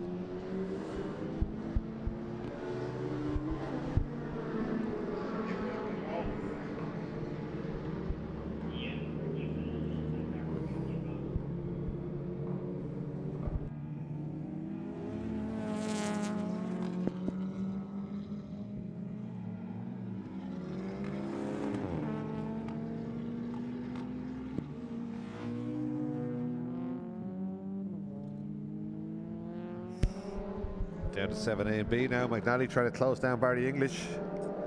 Paul Parr beginning to close up on the back of Turley, who cannot find a way by Brian Berry. Brian Berry pretty experienced too. He's come up through Fiat Puntos. Used to race with the late Sean Woods, of course. He'd be a big favourite with Siobhan Woods and the Woods family. Murray Motorsport running the car for him these days.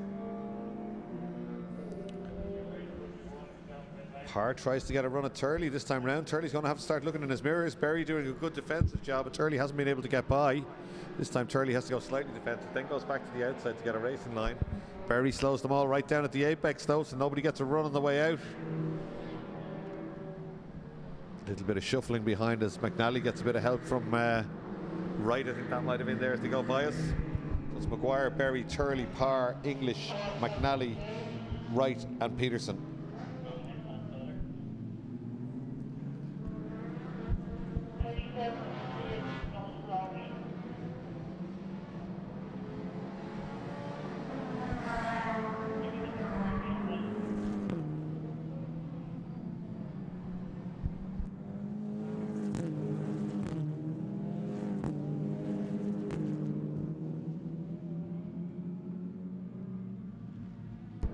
Parr right at the back bumper. It's early now to the left-hander, and that's beginning to let Berry get away. Berry straight away across to the outside to take a full racing line. Doesn't have to defend this time. He was centre of the road before because he knew Turley was breathing down his neck. Turley was very quick through here, and he's very quick through here again. I was just going to say he was very quick through there in race 1. He's got a great run there. He just left the car behind him sitting. He's down the outside of Berry. He's ahead on the brakes. He's way ahead on the brakes. He's got to give room, and he goes right round the outside. Can he make that work? Berry's still there. That's fantastic stuff. That's very, very impressive, and well done to Brian Berry as well.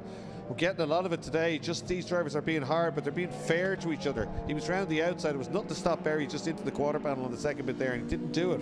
So great driving from both of them, but that's cracking commitment. That's how you line up an overtake, to get a run like that through Lola corner, carry the speed all the way down the back straight, get alongside, get the nose ahead, and then somehow sit round the outside of 7A and B. That's great stuff. He's been impressive today, but that was probably the move of the day. Let's see what pace he's got now as Parr gets up the outside of Berry. Berry fights back McNally into the back of Barry English there. Just a little bit of contact out. He slows McNally and allows Wright to get alongside him on the exit. It's going to cost him a place, I think. Maguire, Turley, Berry, Parr, English, Wright, McNally and Peterson the order. Fastest laps to Dave Maguire that time round, 151.077, and he is 6.0 seconds to the good. Here it is up on screen.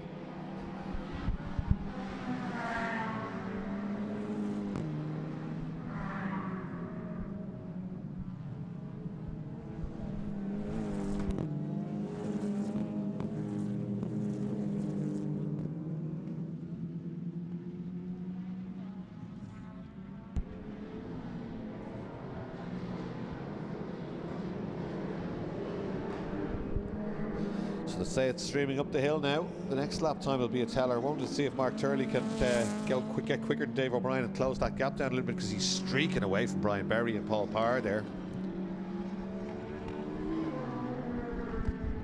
There's the pack of Zetecs coming down that long downhill back straight to get up to really high top speed. Then it's hard on the brakes for 7A. You actually carry a fair bit of speed through there. Barry English snatches a back wheel but gets it turned in. Parr really crowding Brian Berry now, but Berry not getting rattled at all. That was Cian Walsh just going through leading, and once again he's driving away from Rob Savage here. Let's have a look at the lap times. Cian Walsh, the black Civic, 151.609, his fastest. 152.7 for Savo, but he's done a 153.6 that time round. Here's Owen Drought, and he's managed to get away now. He was under massive attack from Ian Stryker last time round. Stryker got past him in race 1, but the Golf is saving itself on the straight, as it does a lot of the times. Doesn't look too bad there now. Curse the commentator if I say that.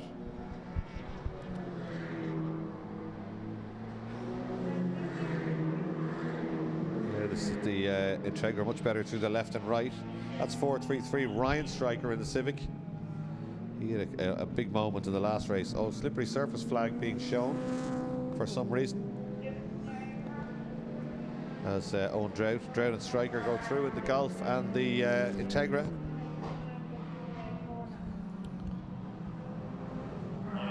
Cian Walsh has just done a 151.560. That is quicker than everybody except the first two Zetecs. Quicker than all the other Zetecs, so good stuff.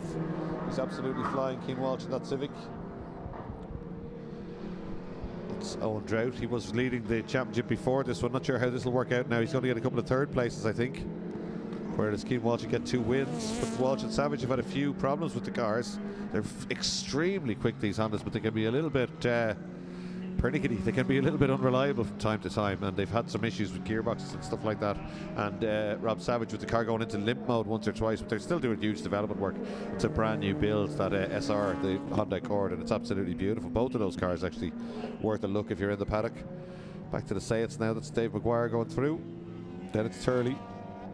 Turley did a 151.1 last time round, and a 151.3 for Dave Maguire. So it's only a couple of tenths, and the gap remains at 5.873 seconds. It could be a double win for father and son, the Maguire family, today at Mondello Park, because Dave Maguire took a beautiful win in the Zetecs, Siltec Safety Zetecs earlier.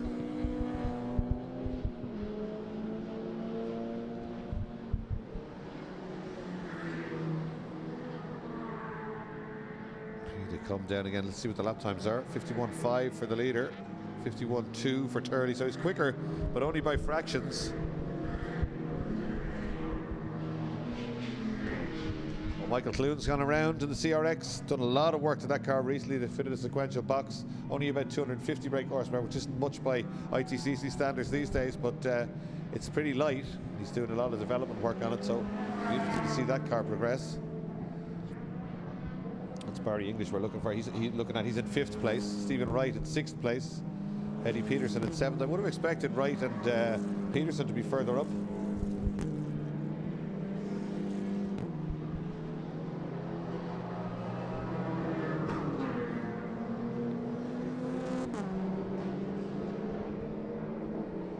See, it's still battling away as they go up the hill. Yellow flag. Is that a slippery surface flag or a yellow and red? It's slippery surface. Okay, well, the lap times haven't gone out at all to suggest that. A par around the outside of Brian Berry, or had he got the job done and Berry got back up the inside? Either way, Parr's got it done now down into 7B. That took him about 4 laps of giving Berry the work over. Paul Parr, good stuff from him. He's come on really well in these Zetecs. That puts him up to back up to 3rd place. He had the nose ahead across the line. So 1, 2, 3, 4, 5 of them there. Somebody clipping the tyres on the inside. That's Barry English. That sends him wide. Allows Berry to get away. And that allows Wright to slice down the inside. Eddie Peterson will be looking to come with him. Peterson does get alongside. It should have the inside line for Nordic Spirit. Corner now. No, Barry English just comes across his bows. No problem for Barry English, just keeps it pinned. Peterson has another look up the outside. 8/10 the difference that time round. 52 dead for Dave Maguire, 51.8. Gap down to 5.3 seconds, but only 3.5 minutes to run in this one.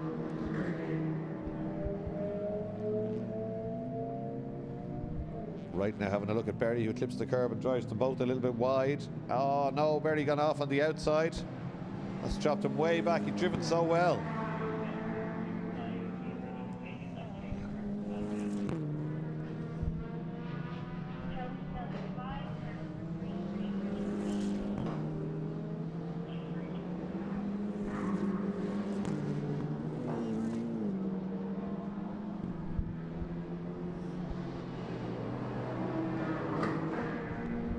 So 2 minutes 50 to go.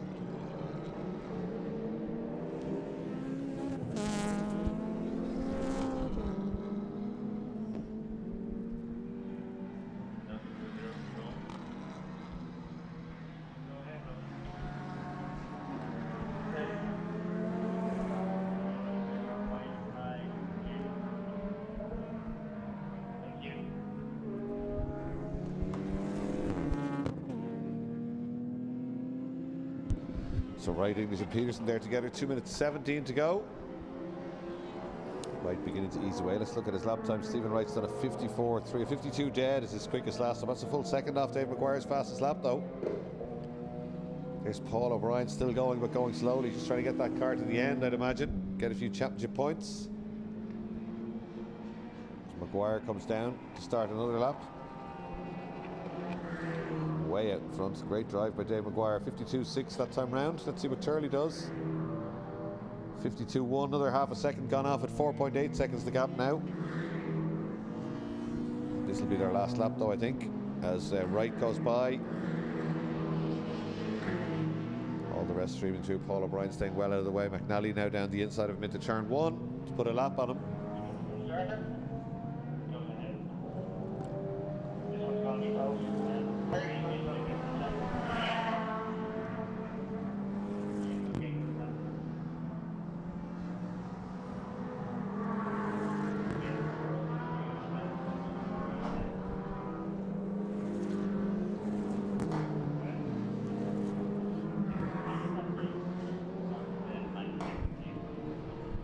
57 for Savage that time. Here's Owen Drought still fighting off Striker, but let's look at his lap times.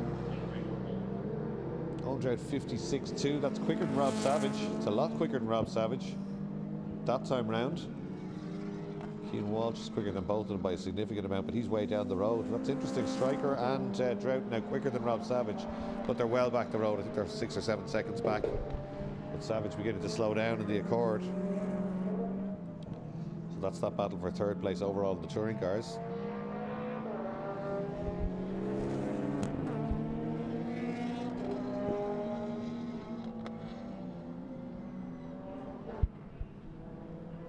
.17 seconds on the clock, and our leader is heading up towards the final corner, south side. I wonder will he get 10, 9 seconds, 8 seconds. He's already on the main straight. He will get the checkered flag. I think here he comes. He will get the checkered flag. Great win for Dave Maguire, and a double win for the two Dave Maguires. So junior and senior taking a win each. No bragging rights allowed. They both get bragging rights at the dinner table tonight at home. So Dave McGuire will be so happy with that one. He's a great competitor, and he took his chance there outside the front row and just down the road. He had a massive lead, and even Max Turley didn't manage to slash it by that much. 4.4 seconds the gap. Max Turley in second, Paul Parr in third, then Wright, Peterson, McNally and Barry English. Here comes Keane Walsh in that glorious sounding Civic. Blast across the line for yet another Irish touring car victory. Rob Savage will be next up, and he's been caught definitely now by Owen Drought. This is him, and there's Drought coming through behind. So there were a lot more of a difference before that. So Savage dropping back, obviously in bother with the Accord.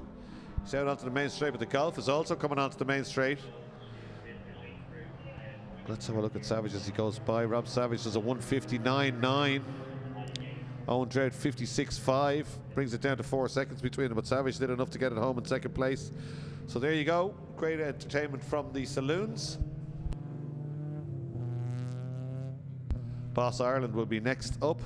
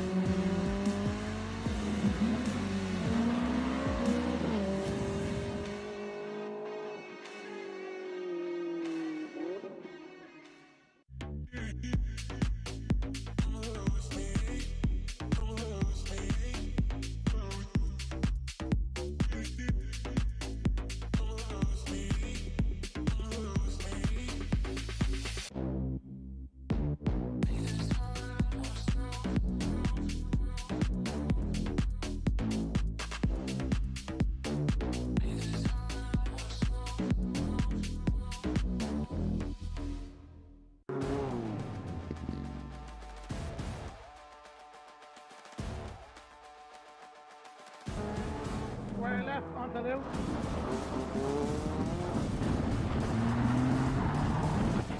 Yeah, that's good. Good drive. Keep going. Keep going, keep going, keep going. Rev it up, rev it up. George, go, go, go. One right, immediately followed by a 5 right. Keep it left, keep it left, keep it left. Come on, keep on, keep on, keep on. Keep on, keep on, keep on. Come on, come on, keep going, keep going, keep going.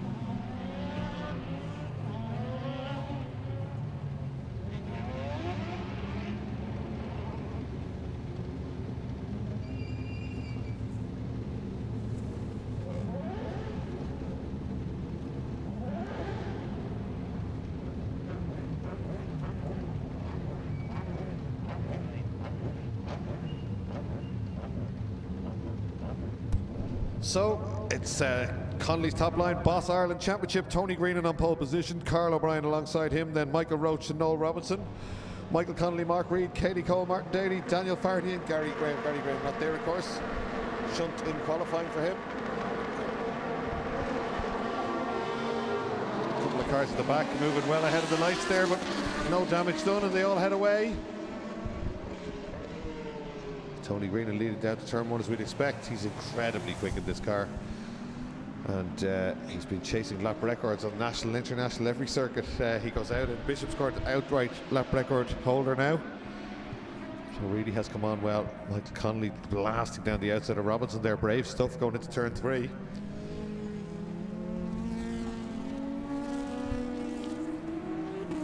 All streaming back towards the main arena now. But Greenan already has checked out. So Roach and Carl O'Brien might be the battle in this one for second. Connolly will try and get up to them as well.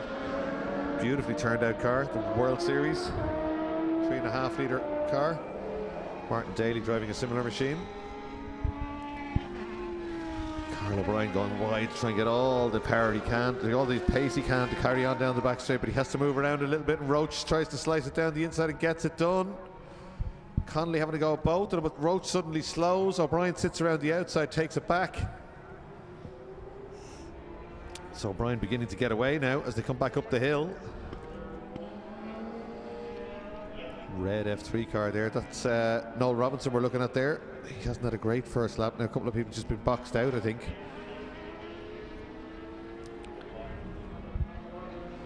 They all come streaming down the short back straight now, then through Nordic Spirit corner. Still Carl O'Brien there, Tony Greenan already crossing the start finish line at the bottom of your screen there. Look at Carl O'Brien, has the car absolutely singing on the exit of that corner. You can see the big World Series car coming at him on the main straight. Massive power in that machine. There's Cayley Cole, Mark Reed and Martin Daly and Daniel Fardy going through.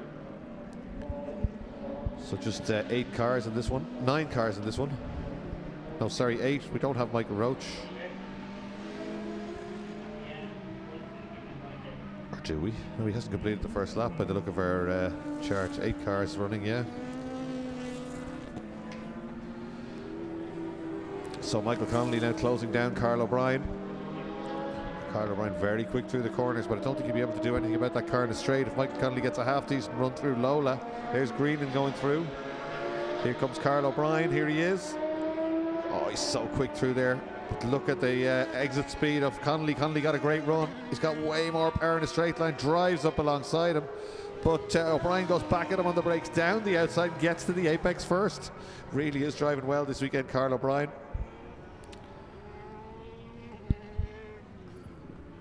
Safety car is out. Safety car is out. We're missing somebody. So that is the Roach car, I'd assume. That's exactly what it is. There's Michael Roach just parked on the international loop. So Michael Roach parked up. That is a shame.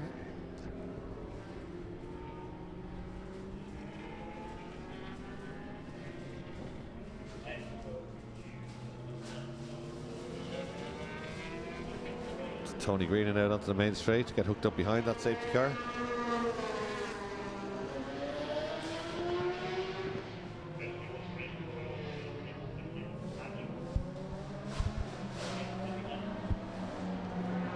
Mark Reed heading for the pits, unfortunately. That is a shame. He was doing a bit of giant killing in this class earlier on, but obviously a problem as he comes back in, parks up on the apron in the lead zone.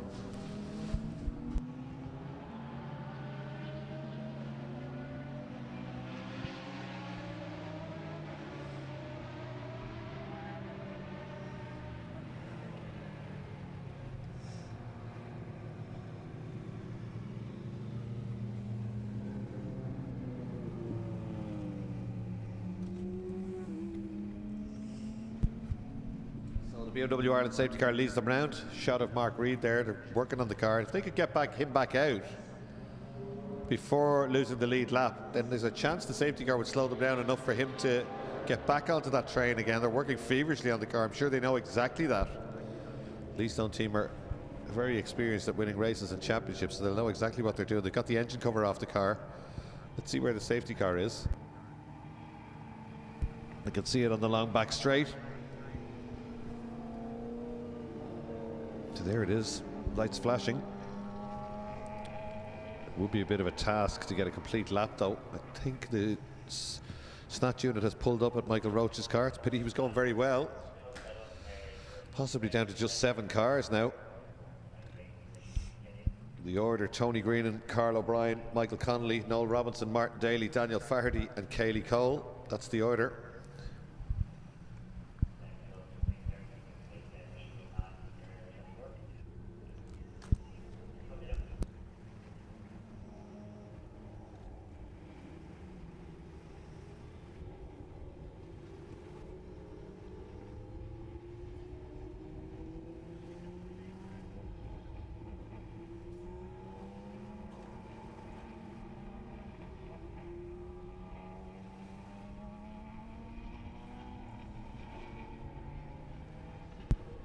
Lights still on the safety car, so it will do another lap.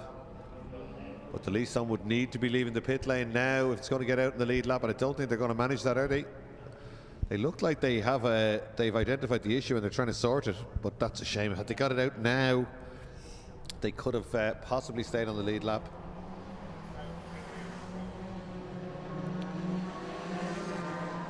Got the side pod off the car now on the left-hand side. Tony Greenan weaving around, trying to keep a bit of heat in these slick racing tyres.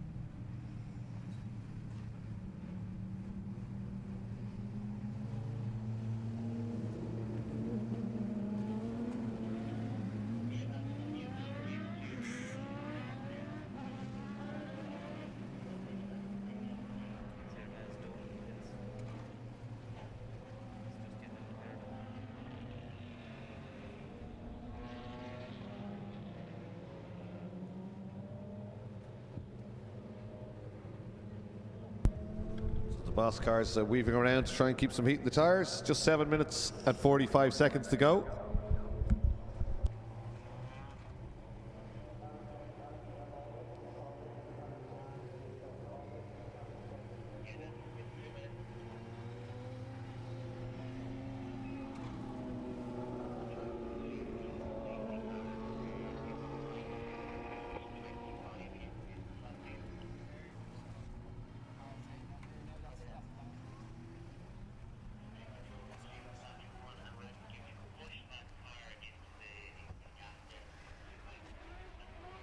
Safety car coming in because safety car sign taken off at the stand here where the protected flag is.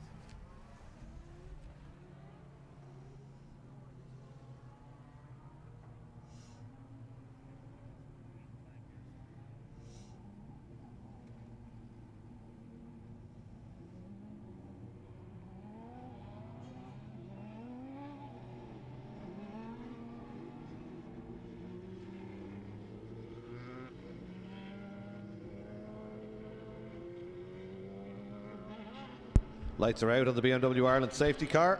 He's heading for the pit lane. Tony Greenan now dictates the pace. And he drops the hammer, but Carl O'Brien going with him. Michael Connolly a little bit further back. Martin Daly wasn't right with them, and that's cost him a lot of time. Carl O'Brien out over the curbs, trying to stay with Tony Greenan, but certainly won't at the straight line bar. And in fact, Michael Connolly charging up to him there on the main straight. Brian judged that one correctly. Oh, big lock up for Martin Daly there down into turn one. He was telling me it's very hard to get these brakes up to temperature, and you don't have heat in them. Even after a few slow laps, they're really difficult. And he had the same problem at Kirkstown. Said they can go cold, in relative terms go cold, and they just won't work until you get heat into them. It's very hard to keep them warm. So that's obviously what happened there. Massive lock up as they restarted. That would have flat spotted his front tyres, no doubt.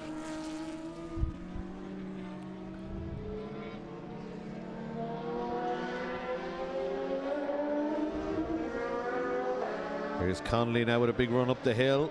Carl O'Brien saw it coming and stayed to the right.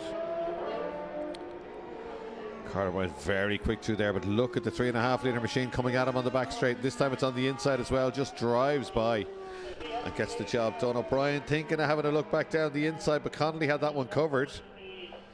So they bet through 7B now and up the hill. Once again, the big engine machine will stretch its legs and pull away up that incline. And Robinson there in 4th place. These four just driving away from the rest. Just 7 cars running in this one now. Carl O'Brien right up over that inside curb.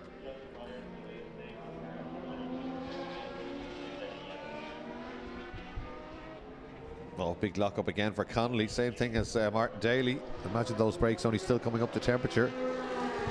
Carl O'Brien gets a lovely run out of that corner every lap. If you had a little bit more power, well, they probably all say that, but certainly, oh, and another lock up.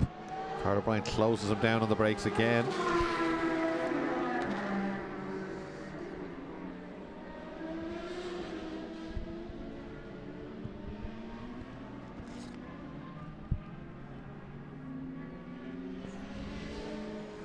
O'Brien closing down Connolly again, the second apex of turn 3.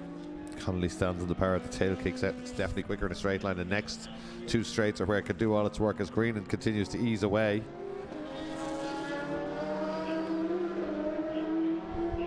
Connolly just gets away from Carl O'Brien on the way up the hill there. Nothing Carl O'Brien can do about it. He's quick through this, O'Brien, though. But certainly, oh, Connolly, just a lovely drift as he got the power on there. He really is getting to grips with this car, driving it beautifully and just streaking away there on the back straight. Interesting to see what lap times he can get down to. Nobody really has got near Tony Greenan for a while in Boss Ireland. But Michael Connolly looking very strong here once he's got by that car of Carl O'Brien. Michael Connolly going nicely in 2nd place.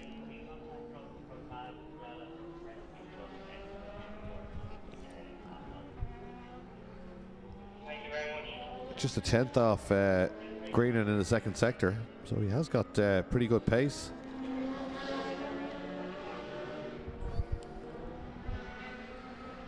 Because O'Brien is very quick on the brakes here. He's late and he gets on the power and gets a great run on the way out here. That's as close as he gets, I think, for the lap. 34.9 for the leader. 37 dead for Connolly. 37.7 for O'Brien.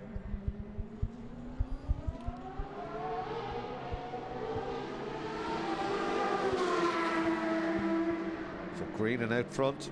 Connolly on a move here. He's got past Carl O'Brien up to second place.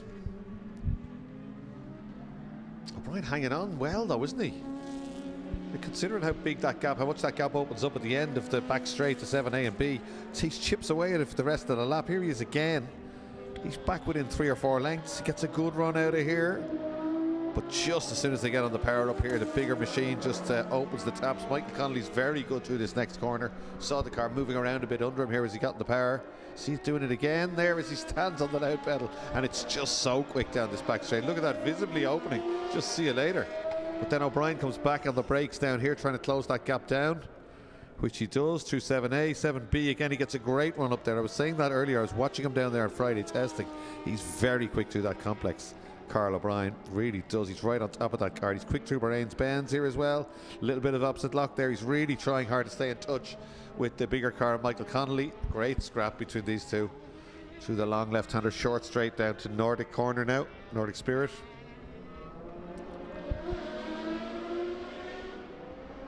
He's close enough to have a go here, and that's what he does. Down the inside goes Carl O'Brien. It's opportunistic. Surely get eaten up on the straight, but it's still worth having a go. This is great stuff from O'Brien. And Connolly just puts on the indicator, pulls out and blasts past him, but O'Brien is not going to give this one away without a fight. This is intriguing, isn't it? The cars are so much different in performance at different stages of the circuit. Certainly on the back straight, that bigger car just drives away, but the F3 car more nimble. Carl O'Brien right on top of it as they come through Campion corner and head towards turn 3, and again the bigger car, the World Series machine, just eases away, but through the first apex, the F3 car is right on its tail again, right under the back wing. They both get on the power early. The back of the cars move around a little bit as they apply a bit of opposite lock and rocket back up that hill and into the long left-hander. Again, O'Brien is very quick through here, but just watch the gap open on the exit of this next corner. It's almost cartoon-like the way he just drives away. Still pretty close here, but just from here on all the way down that back straight, look at that gap just opening. Oh, you can't even fit them all in put them both in one shot now as they come down until they get to the braking area, and Carl O'Brien gets right up there again. Just 19 seconds to go, and this could be the last lap here. I don't know which of those two is going to make it to the last lap. O'Brien will surely take a stab into the final corner again. If there's a chance, he's very quick through Bahrain's Benz. He's close enough to have a go here almost. Connolly closes the door early in case that happens. Here's our leader. It's going to be a double win for Tony Green, and he really is dominating Connolly's top line Boss Ireland Championship this year. Great stuff from the Northern Ireland driver. Tony Green takes the win. Well ahead, but these two have scrapped almightily, and this time Connolly knows the story. He keeps the door firmly closed. O'Brien tries to get a run on him, but he won't have the brake horsepower. He's still right under the back wing. Great scrap from those two. Michael Connolly takes second. Carl O'Brien takes third.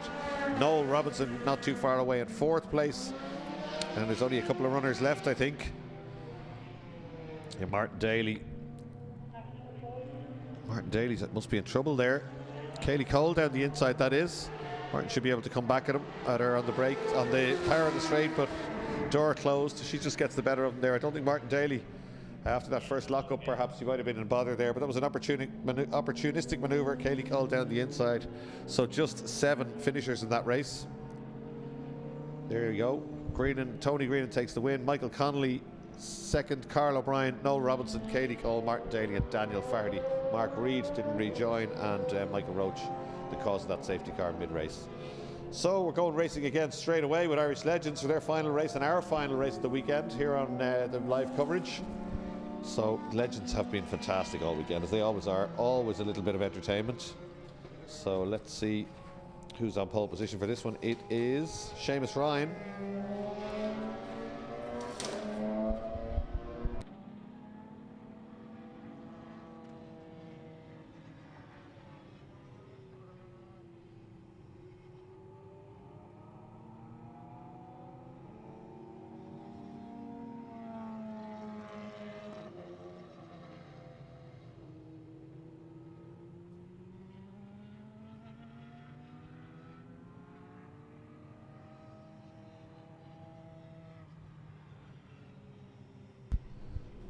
So the boss cars still coming back in. Some of them do a cool down lap. Very much the real deal in terms of racing cars, and they just scoot around, get the engines and tires back to temperature, come back into the pit lane, and Legends will be ready to go. They are in the pit lane already. Irish legends.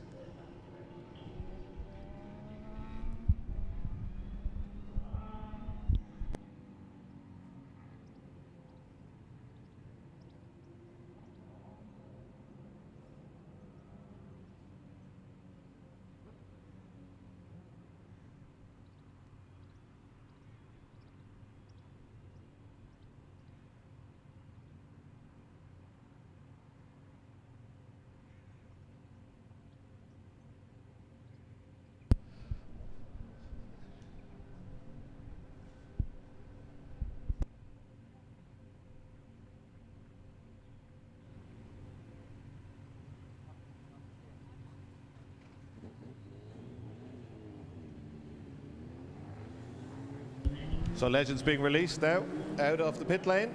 Sun is shining here at Mondello Park for the Infinite Energy ICCR final race of round 3.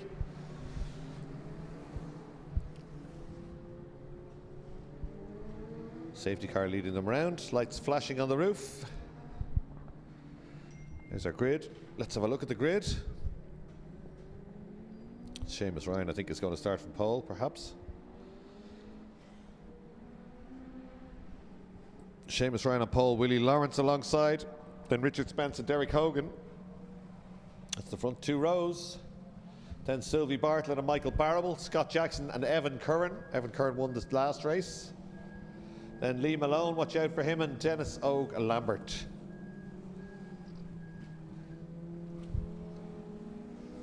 Lights on red, ready for them to come around. It's a rolling start, remember, so 1 full lap of the international circuit for these motorbike 1200cc motorbike engine cars. Replica 1930s bodies, either a coupe or a saloon bodies, but the saloon one tends to look a little bit like vans. They don't have back windows or spaces where the windows would be cutouts. So anyone that drives these cars tends to fall in love with them. They're very popular. Paul O'Brien, POB Motorsport, is the man to talk to if you want to go racing them. POB Racing, I should say. He's got a great team of guys there, and they work really hard on these cars. He does rental drives, he'll sell you a car, whatever you need to do.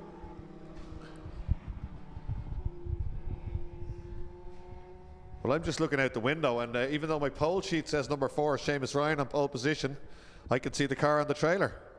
And I'm getting away from Seamus. You're definitely not racing in this one then, no. So that's a shame. The Ryan's Automotive car won't be out of this race. Should have started from pole position. Always a good performer, and would have surely been in with a shout. So some sort of a problem, unusual for the Legends. They tend to be quite reliable. So he's going to watch this one from the comfort of the paddock, which is a hard thing to do when you came down to race. But Seamus Ryan isn't there, so Willie Lawrence will be on front row on his own. Richard Spence and Derek Hogan will be on row 2. Lights are off on the BMW Ireland safety car.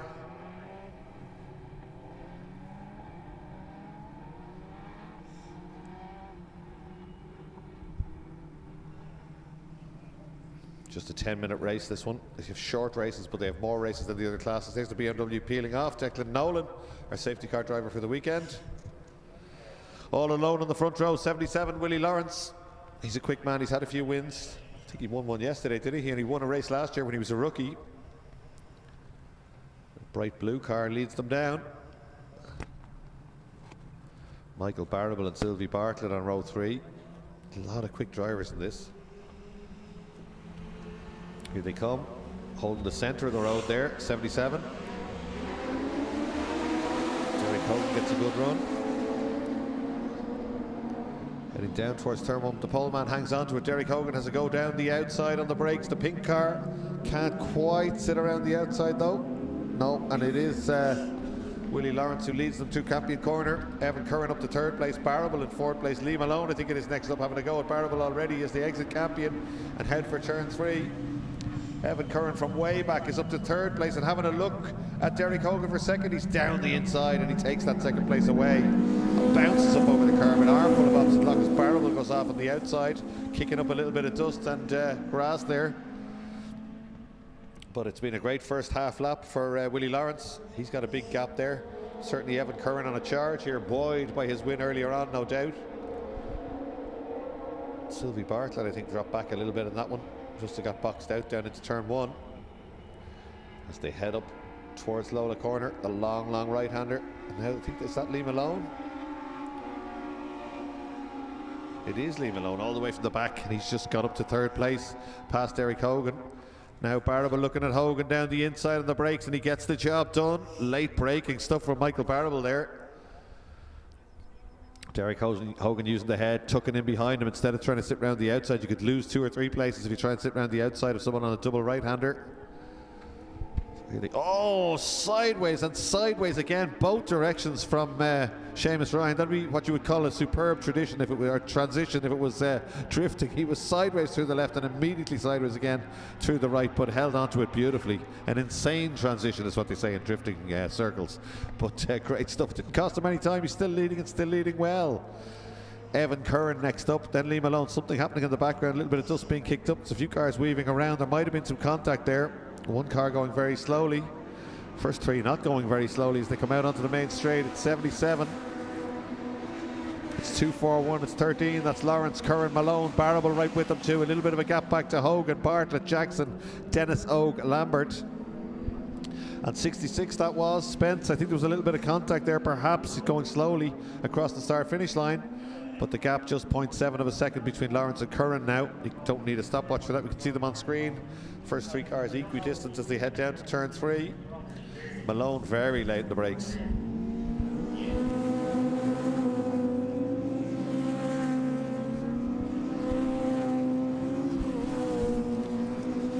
into the S's now. 7 minutes to go. 7.5.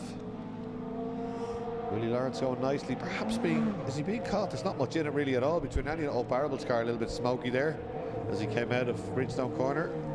And Derek Hogan in the Pink Panther, nobody touching him. He's a lonely drive so far.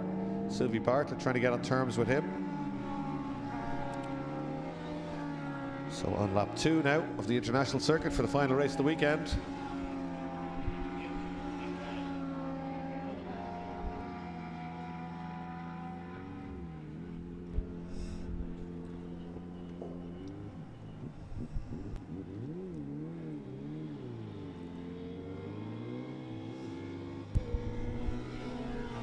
And this time it's the second place man who hangs the tail out. It's Evan Curran, but he's definitely closer than he was. It was 0.7 of a second. I think he's closer than that now and gets closer again on the brakes. But a big sideways drift for him. Michael Barrable's improved his car slightly, it looks like, from the races before. He's still in touch there in 4th place. And again, sideways, sideways, sideways for Evan Curran. Doesn't slow him though, just an armful of opposite lock keeps it pinned. Car very smoky on the overrun though. Gets back on the power coming out onto the main straight. The first 3 are definitely closer than they were last time round. Who's going to be fastest lap? It's going to be Curran or Malone? It's going to be Curran. Oh no, it's not. Michael Barrable has just gone faster than them all.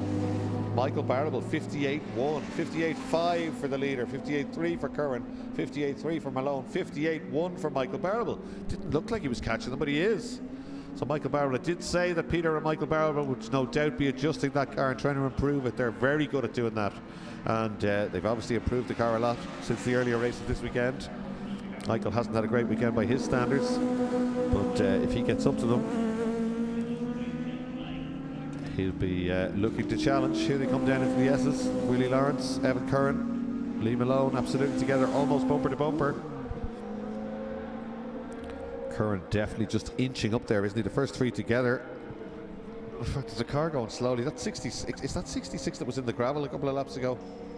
Richard Spence, it is. He's. I thought he had parked it in the gravel down the turn, but he's obviously extracted it, and he's now up there, and it looks like a challenge for the lead. Down the inside with that tighter line off Lola corner. Can he get it done on the brakes? He can get it done on the brakes. Down the inside goes Evan Curran. Willie Lawrence slots in behind him. Tries to get him back at 7B. Doesn't quite manage it. This is exactly what Michael Barrable wants to see. He'd love the boys to be scrapping in front so we can get up to them, and that's what's happening. This 3-car battle could turn into a 4-car battle very soon with 4.5 minutes to go. All bouncing around a bit. This time it's Michael Barrable who gets a little bit sideways as he chucks the car into Bahrain's bends. Evan Curran leading this one now. Willie Lawrence dropping back into the clutches of Lee Malone. Then it's Michael Barrable. Big gap back after that. Barrable lost a bit of time out on the international loop just there through the last few corners. He was almost right with them down at 7A and B. And this time the leader has to defend as Willie Lawrence thinks about having to go back at him.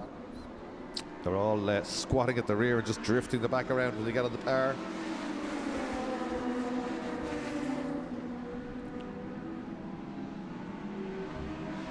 Oh, Curran having to close the door there as Lawrence has a look down the inside.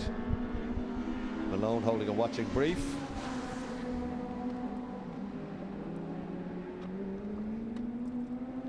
Michael Barbel again faster than the cars in front, faster than all three in front, but there must be certain places where he's way quicker, because he certainly lost out on the international loop. I felt the last time he was right with them. He's closing up to them again here, but certainly when they came off the international loop he had dropped back a little bit, but around the track it's working. He's the only one in the 59s last time round. Sorry, no he's not. He's 59.5, Curran at 59.8, everybody else over 2 minutes. Lee Malone now drifting it out, as is Barbel, right out every inch of the tarmac, and a little bit of curb as well. Barbel using his familiar blue and yellow MB Motors colours. Oh, now Bartlett's caught Hogan a good scrap there for fifth place I should say, behind them. So let's keep an eye on this now, see where Barbel, where he gets close or where he falls back if he does. First two have made a bit of a break now, and this time it's Evan Curran having to defend. Willie Lawrence having a sniff down the outside. Back on it again. 1, 2, 3, 4. Look at this, they're almost together. That's as close as Barbel gets, I think. The drag up the hill now. Let's see how he gets on through Bahrain's Bends.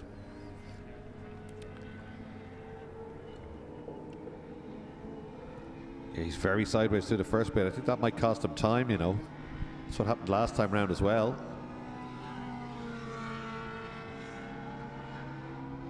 Evan Curran being let off the hook now because Lee Malone is attacking Willie Lawrence.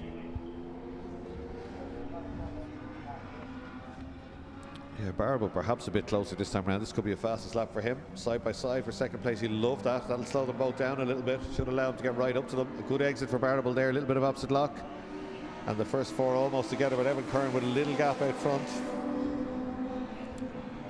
Yeah, Barbel 58.3. Quicker than them all again. Not as fast as lap. Barbel has fastest lap still from lap 2, 58.1, but at 58.3 that time round. 59 dead for the leader, 59.3 for Willie Lawrence, 58.9 for Lee Malone. So Barbel has managed to get right up there. Still 1 minute 36 to go. Touch and go. This could be the last lap. I think they'll probably get another lap actually. Oh, nicely held there, but opposite lock for Evan Curran. He managed to get this car out of shape, but didn't really scrub off that much speed. A lot of cars like that, if you got opposite lock, you'd be left standing by the cars behind you, but he carries the speed beautifully, even when he gets it out of shape. Evan Curran. Right out onto that white line at the exit, trying really hard. And now it's changed again because Lawrence has shaken off the battle behind us. Barbel gets alongside Lee Malone. And Willie Lawrence all of a sudden is on the attack for the lead again. And that's still 66 Richard Spence, going very slowly on the run up the hill, but he's staying out of everybody's way as Lawrence piles the pressure on. It's become two battles of two now. Lawrence down the outside on the brakes. Tucks back in behind him. Same with Michael Barbel. Barbel happy to sit around the outside of 7A. Looking to get a better run out of 7B. They come back towards us. So Lee Malone going from being the hunter to the hunted in this one, inside half a lap. They're all pretty tidy through there again. 31 seconds to go. As we said, they may get one more racing lap after this. Evan Curran has got away just a little bit, and it's Malone has got away from Barbel again and has been beginning to sniff around the back of Willie Lawrence's car. So Willie Lawrence doesn't know whether to attack or defend. Here they come up towards the final corner. 13 seconds to go. The checkered flag is prepared below me, but I think they might get here. No, I don't think they will actually. Is there going to be checkered flag? Let's wait and see. No, there isn't. We're going to have another lap of racing. Fantastic. The last lap of the last race of day 2 of the Infinite Energy ICCR. Broadcast live here, thanks to the Beacon Hospital. They stream through turn 1. Through Campion Corner as one. 1, 2, 3, 4 cars absolutely together. They've left everybody else way behind.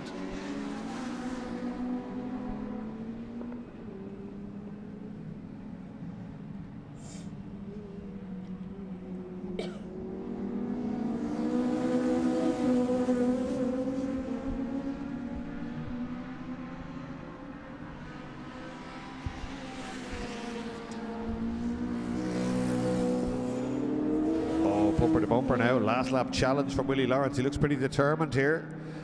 Makes the leader defend and then flicks it out to the outside to go high and wide. What he's looking for is a better line through Lola corner to get that run onto the back straight. But Curran carrying speed is his middle name, I think, and he does that here and hangs on out front. Oh, they're all having a go. It could be anyone. 4 cars going for the lead now as they head down into 7A and B, and Willie Lawrence looks down the inside, it gets covered, he makes contact with the back bumper, he goes around. Oh, Barrable lucky not to collect him there. That's such a shame. That was just, they were all moving under the braking there, weren't they? It was a big lunge down the inside for Willie Lawrence. Curran covered it. Lawrence tried to get out of it, he made contact, that unsettled his car and sent him into a spin, and Curran celebrating with a big drift early. It's a little bit too early to celebrate. Great stuff from 241 here. Lee Malone having a go, high and wide, trying to get back turned in. That cost Barrable a little bit of time. He's probably out of it here. It's going to be between these first two, surely, for the last win of the weekend. Great entertainment from Legends, as we've come to expect. Look at this, they are welded together coming up to the final corner. Lee Malone down the outside, gets level with him on the brakes at Southside Motor Factors, looking for a switchback, then tries to go around the outside to carry the speed. It's going to be a drag race to the line, and I think for the double it's going to be Curran. Fantastic drive by him, and also by the others in that one. That's really good racing. Evan Curran takes the win. Brilliant stuff from Irish Legends, absolutely fantastic. I think that's Willie Lawrence. It is, he recovered and kept fourth place despite the spin. That's how far those first four were away. Bartlett just getting one over on Derek Hogan there. So let's have a look at the results.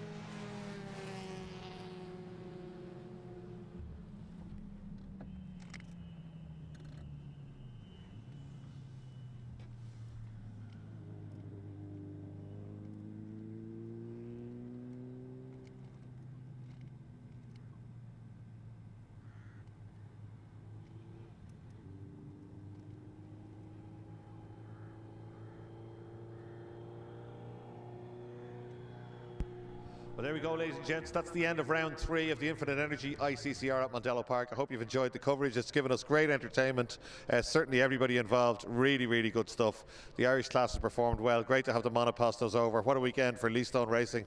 1-2 in that class, and Mark Reid being a star in the first Formula Boss Ireland race as well. The saloon classes were brilliant. Drew Furlong has been a great addition to the ICCR, and he's brought in a new driver's briefing with a lot of video element and explanation of what you can and can't do on track, and I personally believe that's made a great difference. We're seeing a lot of drivers giving racing room, which is not something you see very often historically in saloon car racing, and it makes it so entertaining to watch. We didn't manage to stream the Patch Star Equipment Junior Minis. I think we probably will at the next race meeting. We'll have a chat about that during the week, because they were absolutely brilliant. 16 of them, potential having 20 of them before the end of the season.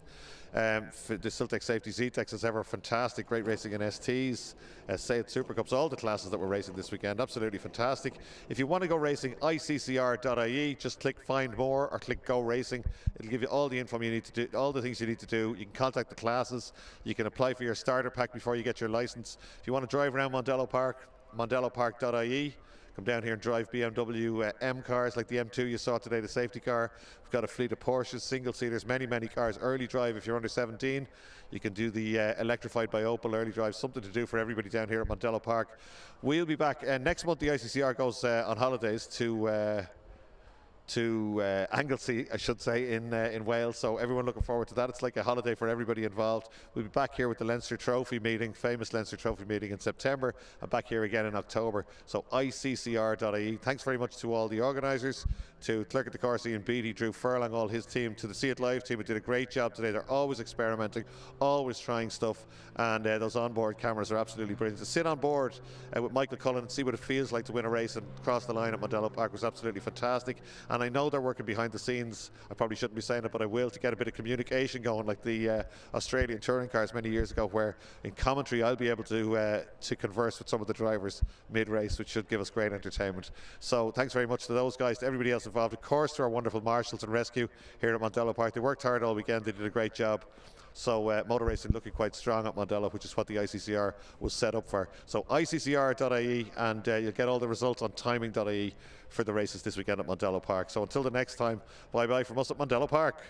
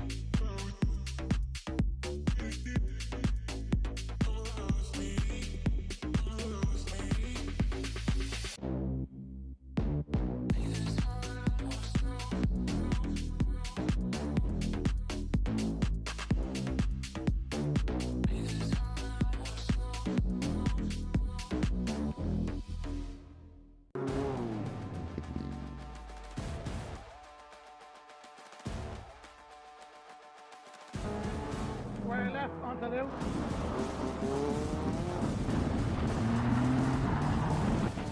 Yeah, that's good. Good drive. Keep going. Keep going, keep going, keep going. Rev it up, rev it up. Go there. Go, go, go.